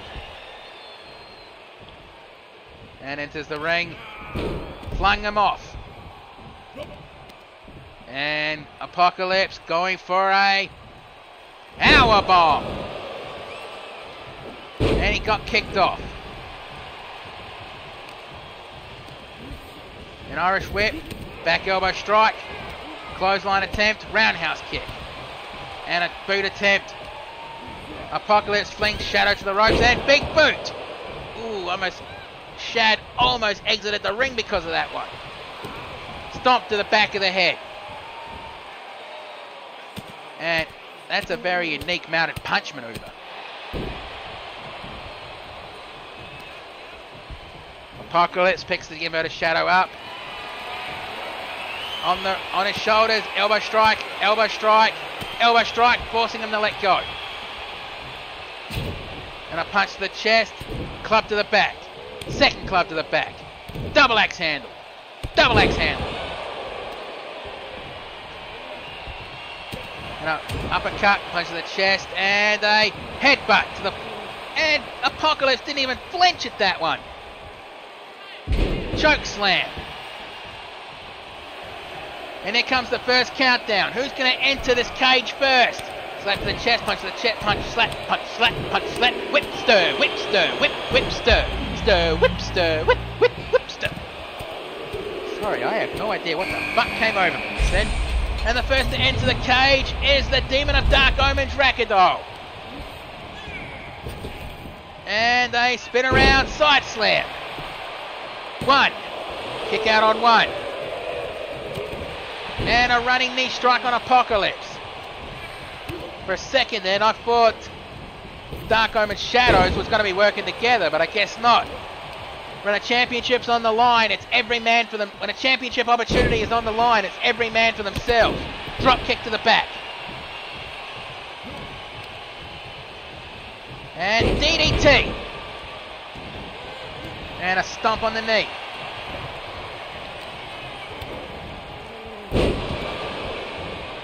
And, oh shit, over the top rope and onto the floor.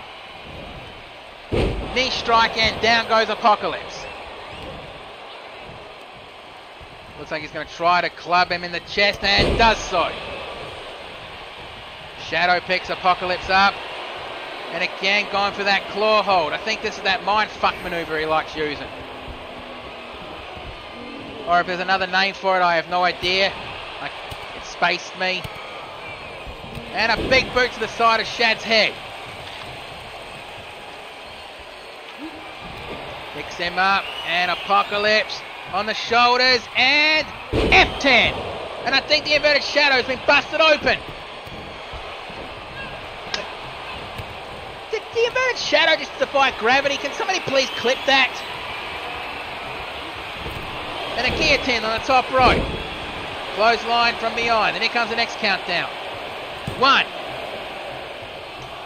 2. Why the hell was the ref so hesitant just then? And who's going to enter the match next? It's going to be, it's D71092. 1, 2. Again, why is the ref so hesitant with the inverted shadows counts? I mean, I think that ref's going to be fined if she keeps that up. And going for that claw hold on the forehead. Almost reminiscent of the Von Erich's Iron Claw. Also, if you haven't seen that movie, The Iron Claw, go watch it. I haven't seen it yet because it's not been released in Australia. I do plan on watching it. But watch it regardless. It's the life story of Kevin Von Erich and the Von Erich family. And what the hell is that? Body slam over the top rope. Well, running power bomb. And goes down for the pinfall. 1, 2. Kick out on 2. And Apocalypse not happy that D kicked out of that. Stomp on the wrist, and another stomp on the wrist. And over the top rope and high angle side slam.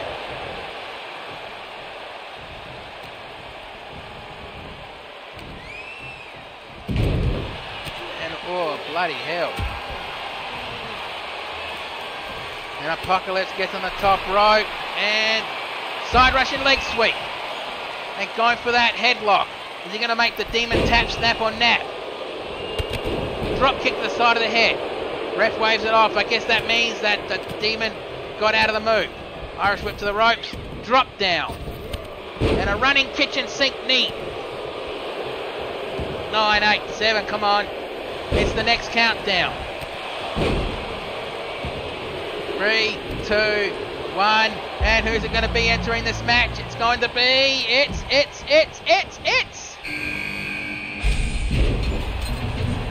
It's the ravishingly perfect Mr. Right. He enters the match and he goes straight for D71092. And a headlock punch to the side of the head. And Shadow has Mr. Right on his shoulders. And what the hell is he going to do? And just drops him down. And D with a gorilla press. No, the demon punched him and got out of it. Club to the back, kick to the midsection. Club to the back of the head. Irish whip to the turnbuckles. And again Irish whip to the turnbuckles. Punch to the side of the head. Back elbow strike. Another back elbow strike. And Apocalypse lands on his feet and chop block. 1, 2. Kick out on 2. And you can tell TNT's just itching to get into this ring because in his mind, there's about 50 fingers to break. And he's getting excited about it. And going for the pinfall. 1, 2. Kick out on 2. And Apocalypse has Mr. Right with a choke side slam. Going for the pinfall. 1, 2. Kick out on 2. And an elbow strike, and another elbow strike, forcing D to let go. Over the top rope onto the chamber floor. Drop kick to the knee. Going for the pinfall. 1, 2. Kick out on 2. And it's the final countdown. I would say I'm sorry, but I'm not. And here comes the final entrant. It's TNT. And he goes straight for... Well, he didn't go straight for Shadow. Shadow grabbed him and just tossed him into the ring. It's like he was saying, get out of my way, boy. European uppercut. And I don't think TNT took kindly to that because he grabbed Apocalypse and flung him into the ring. And a single leg takedown, and Mr. Right gone for the figure 4 leg lock. Drop kick. And there was no way he was going to make TNT submit that quickly. As TNT reverses the figure 4 leg lock.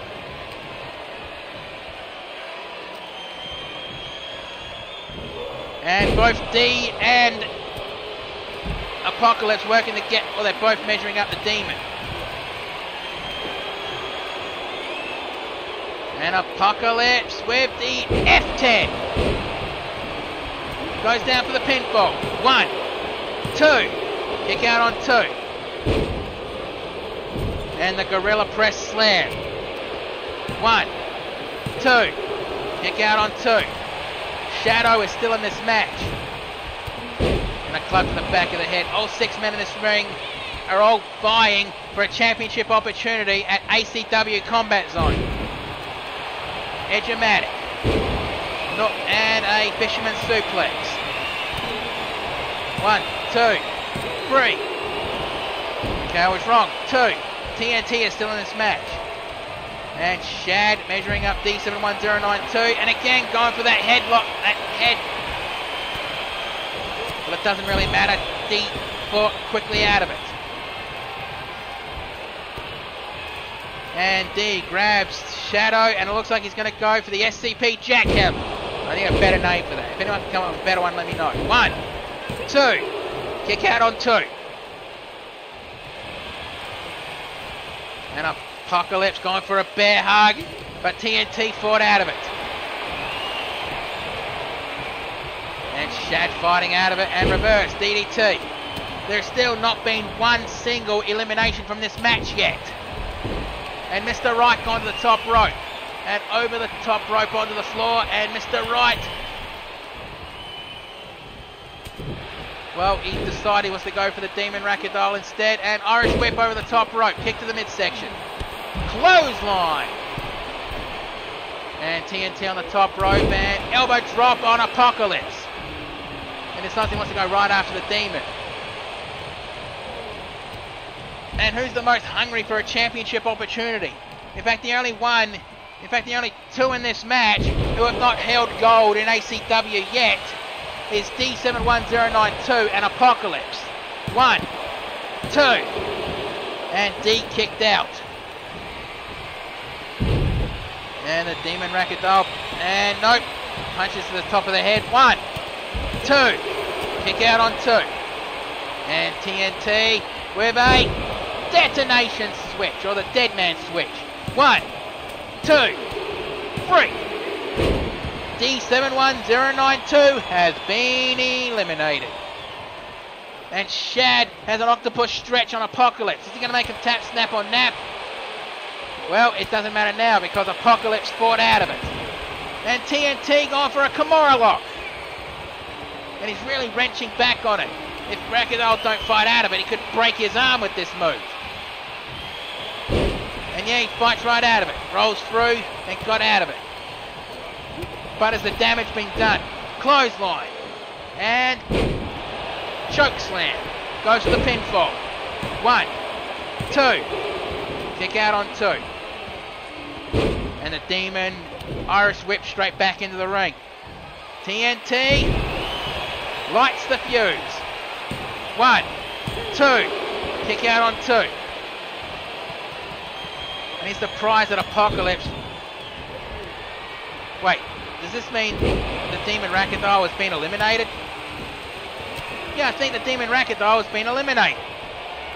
And TNT hits the inverted shadow with the dead man switch. Going for the pinfall. 1, 2, 3. The inverted shadow has been eliminated. I'm not confirming this, but honestly, yeah, it looks like the Demon Ragdoll has been eliminated. Whatever Shadow did to him, he hasn't fucking come out of it yet. And Mr. Right gone for the Texas toe hold. Punch to the side of the head. And Apocalypse looks like he's going to try to nail the F10. Goes for the pinfall. Right, out of the way. 1, 2. Kick out on 2. Apocalypse must be thinking, how did he kick out of that one? And Fisherman's Brainbuster. And TNT not letting Apocalypse capitalise on that one. Holds him down and rubs the knuckles into the back of his head. I think that's going to piss him off more than anything. With a stomp to the lower back. Overhead punch. And TNT club to the back. And a half Nelson suplex, but Mr. Right landed on his feet, only to be hit with an over-the-shoulder German suplex. Big boot attempt missed. And, well, it looks like he was attempting a sliced bread, but Apocalypse reversed it. And going for mounted stomps to the chest. And now he's measuring him up. No, and Mr. Right with a fisherman's suplex on Apocalypse. 1, 2. Kick out on 2. And a punch to the side of the head. And a release German suplex. And the Demon Ragdoll still has not moved at all. And face first right into the mat. Goes for the pinfall. 1. Kick out on 1. Tried to go for a clothesline but missed, and Irish whip to the ropes. Clothesline. And Mr. Right going for a pile driver.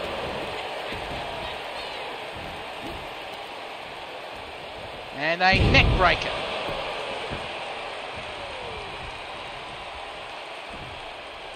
And Mr. Right picks TNT up. Club to the back. Apocalypse has him up. I think we're about to see another F10. And F10 nails it. Apocalypse drops down for the pinfall. 1, 2, 3. Mr. Right has been eliminated.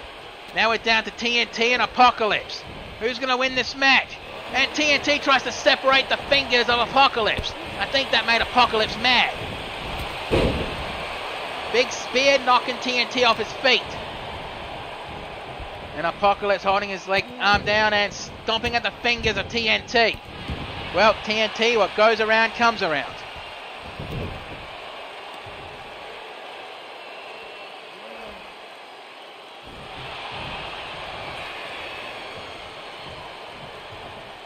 And TNT trying to use the ropes to pick himself back up with a kick to the midsection. And monkey flip.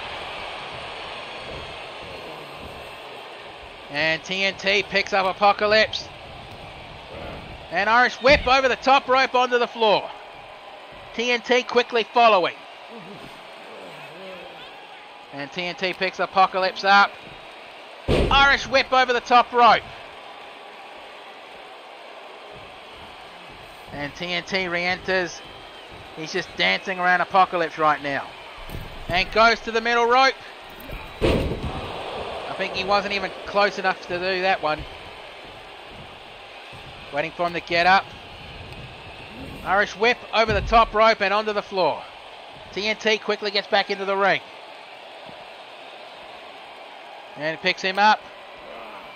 Irish whip over the top rope.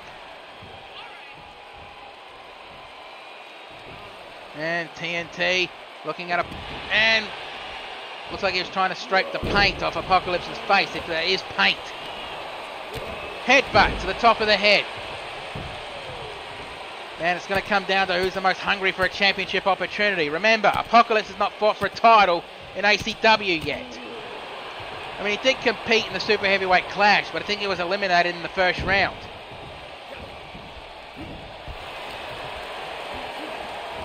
And wrist lock and separating the fingers on the other hand this time.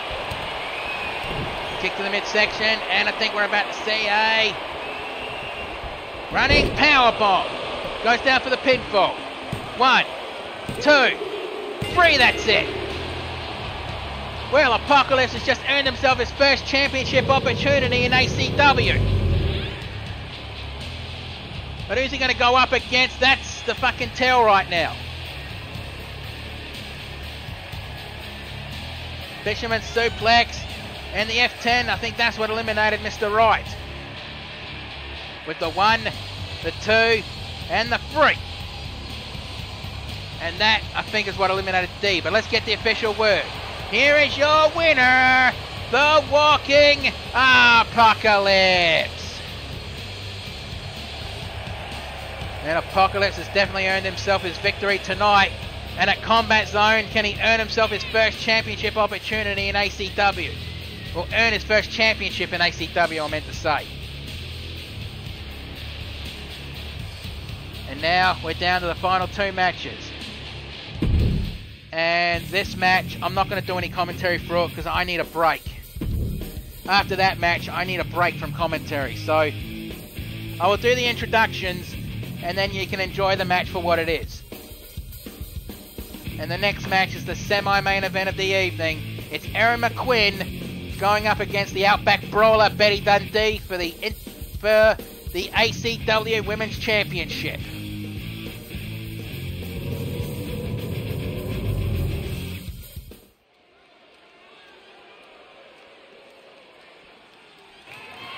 Ladies and gentlemen, can I have your attention, please? The following is your semi-main event of the evening, and it is for the ACW Women's Championship. Introducing first. And here comes Erin McQuinn, the challenger.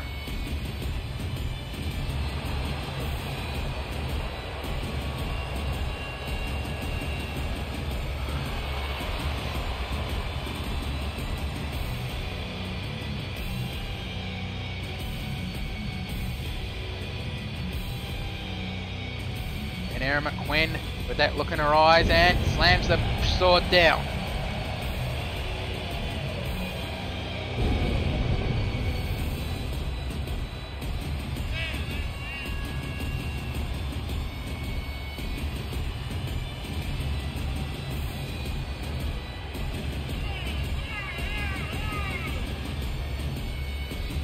Erin just looking around.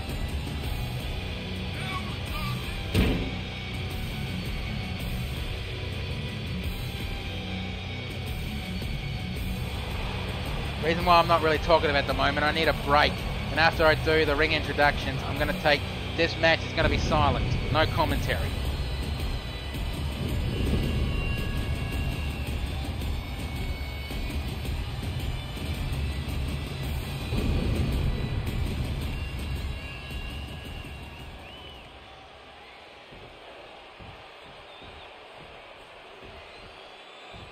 And now introducing the champion.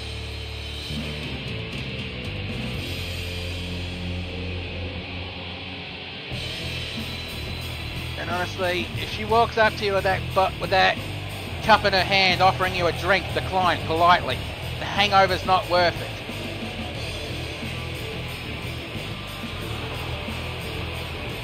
And the Outback Brawler Betty Dundee, who recaptured the championship at ACW, lived to fight.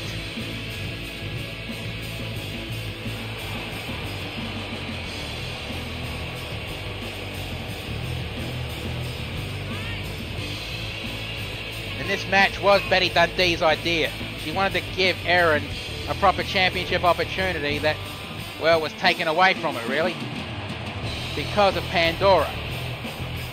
And Pandora is no longer in ACW, so you don't have to worry about her anymore.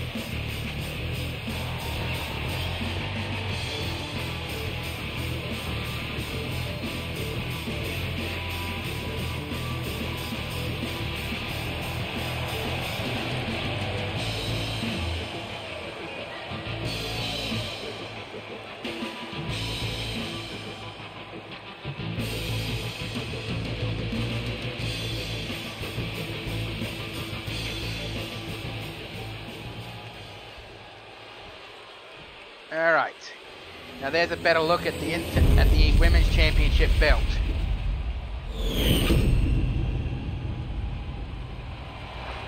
Introducing first the challenger from Ayr, Scotland. She is the Scottish Norse Erin McQueen, and her opponent from the Australian Outback. She is the ACW Women's Champion, the Outback Brawler, Betty Dundee. And here comes the championship ceremony. Hands the belt to the ref. Ref will walk over and show it to the contender. Throw the belt up, signifying that the championship is now on the line. Erin is ready. Betty is ready. Right, ref, ring the bell. Let's do it, and I'll join you again after this match is finished. Again, sorry, I need the break.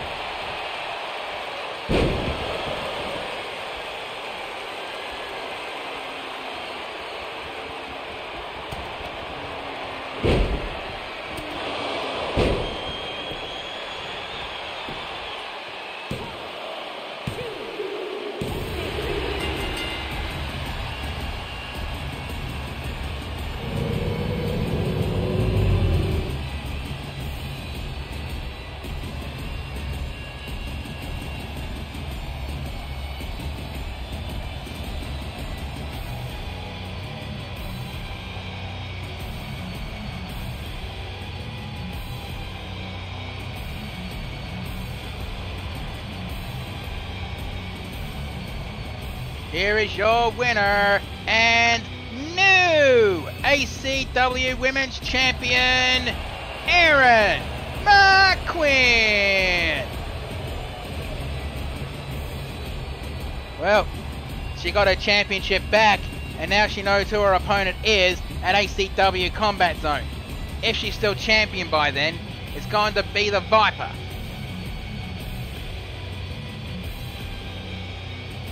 And now it's time to get ready for the main event of the evening. And Erin looking at the championship like it's a long-lost friend. Well, can't deny it, she definitely did earn that victory.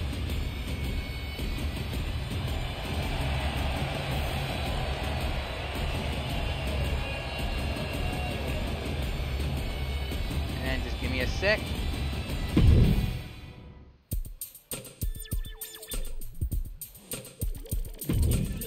And now it's time for the main event of the evening. The winner of the gauntlet match last week, the Wastelander, is going one-on-one with Texan for the ACW World Heavyweight Championship.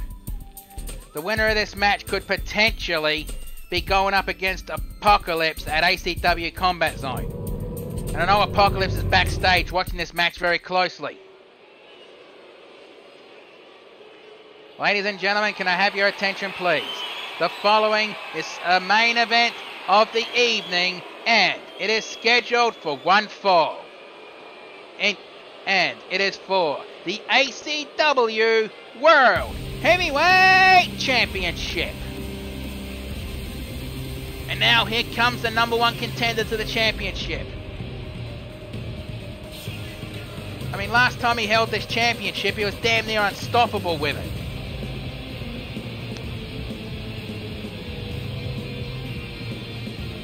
And he won the gauntlet match last week to get this opportunity. But even though it was for a future championship opportunity, I guess Wastelander didn't want to waste time.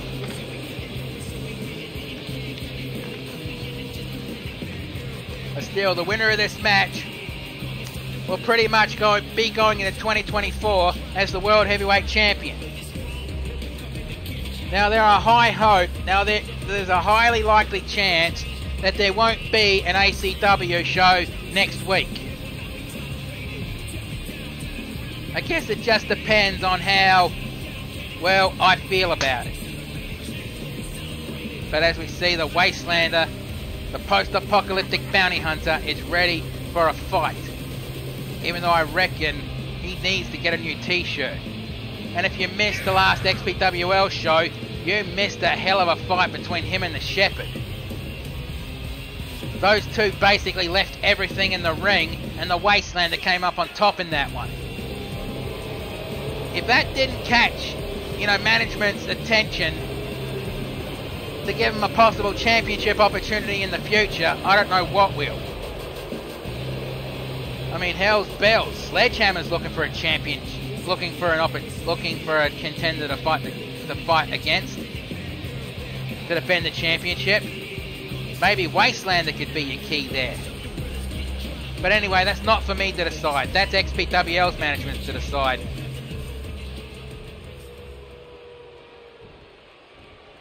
And now introducing the next competitor in this match. Or should I say the champion?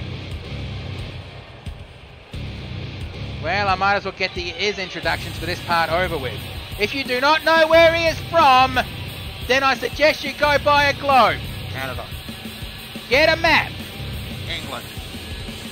Or go to college. Germany. And get an education, you uneducated twat. Samoan Islands. Here's your certified scout main, Texan. There, I got the introductions for that over and done with, because there's been no way I'd have the time to do that during the in-ring introduction. So,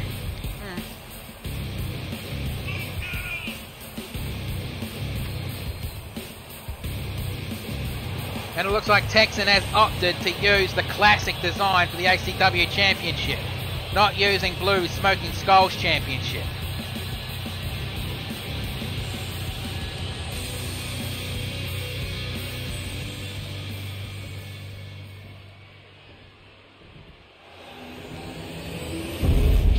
there's a better look at the championship.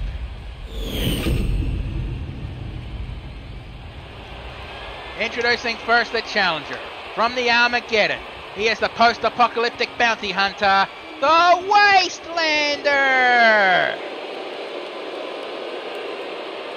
And his opponent.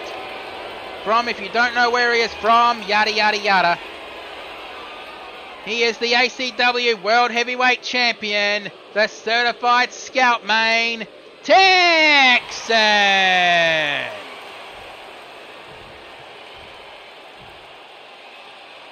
And Texan's going to have a hell of a task ahead of him in this match. I don't know if these two have fought each other.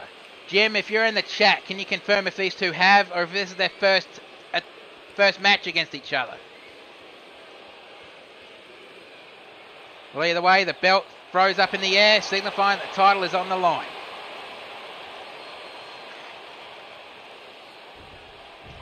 Wastelander's ready, Texan is ready. Right, ref, ring that bell. Let's do this. And a Rose Plant DDT, even though I hate that name. And I hate that move. Kick to the side of the head. And Wastelander definitely has the height advantage. And bell ring. The bell ringer and attempted German suplex, but Texan landed on his feet. Kick to the midsection. Springboard. Flying forearm. Well, Wastelander may have the height advantage, but Texan definitely has the speed advantage. 1, 2, kick out on 2. And Wastelander slides underneath the bottom rope. And Texan, well, kick to the midsection. Kick blocked and sit out suplex.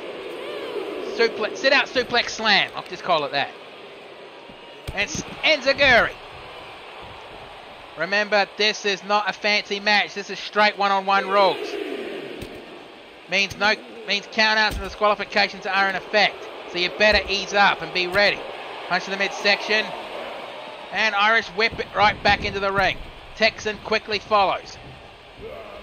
The clothesline blocked. Irish whip and slapped away. Kick to the midsection. And kick to the side of the head from the Wastelander. Elbow drop. And Wastelander with a, looks like he's gone for the cone of silence. He's going to try to choke Texan out. And the ref called rope break. And Wastelander measuring Texan up. Kick, but he got caught. And just shoved aside. I think Wastelander wanted to drop the nuke on Texan. Guillotine to the top rope. Going for the pinfall. 1, 2. Kick out on 2. And going for standard mudhole stomps. Standing mudhole stomps, I meant to say. And the Wastelander going to the top rope. And elbow drop to the midsection. Going for the pinfall. 1. Kick out on 1.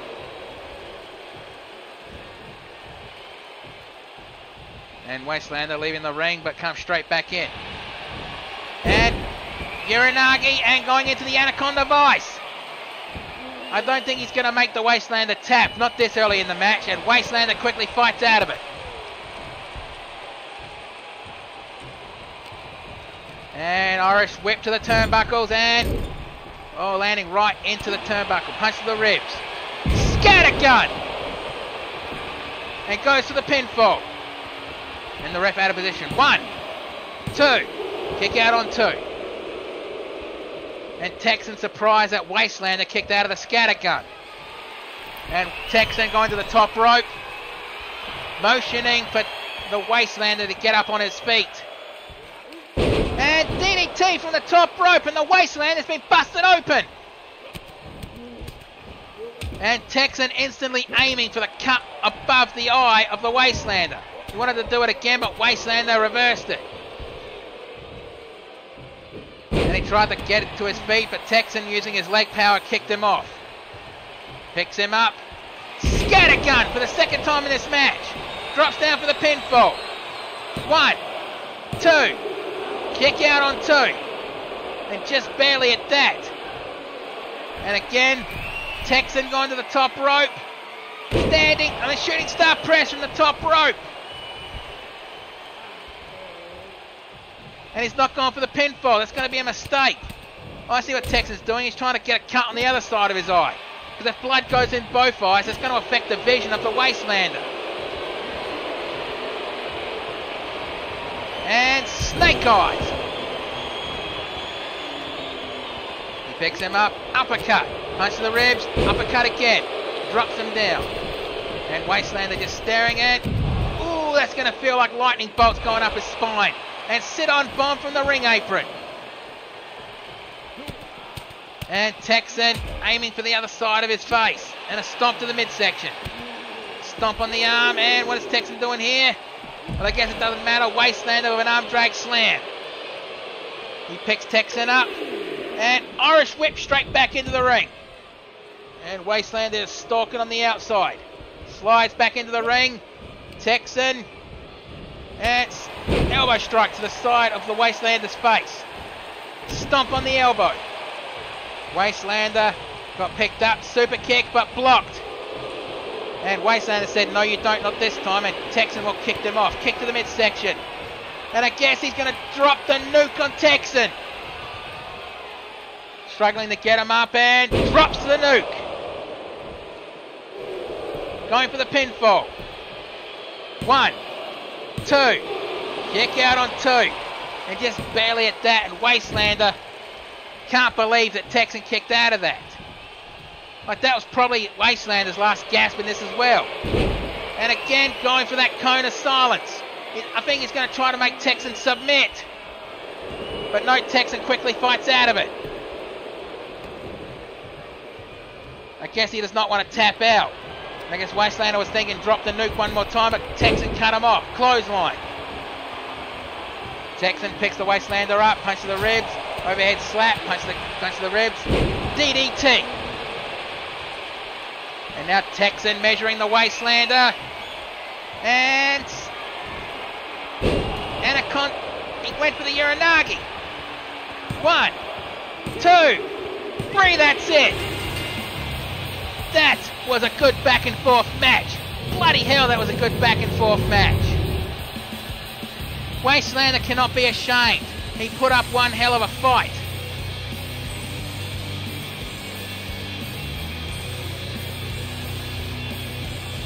And that was the...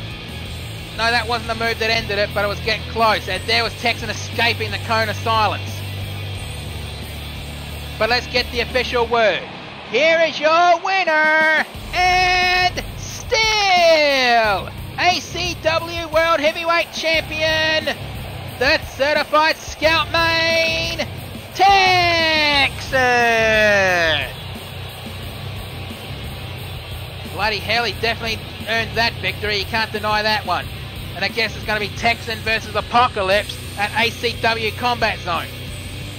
2 YWL wrestlers in an ACW sanctioned event going for an ACW championship. Well, wonders never cease. But that is our show for tonight. Please do not go away just yet. We're going to go see if there is any injuries or if there's anyone that's been taken off the injury list. Okay, the news. And Erin McQuinn has won the Women's Championship. Well, it looks like Shadow has suffered a minor injury. And so has Melissa. Well, that is our show for tonight. Whoops, wrong button. Thank you for watching. You don't have to go home, but you can't stay here. Have yourselves a good one, and be safe in the world, no matter where you happen to be. Right, now that show's over, time to go to the Christmas party. Oi!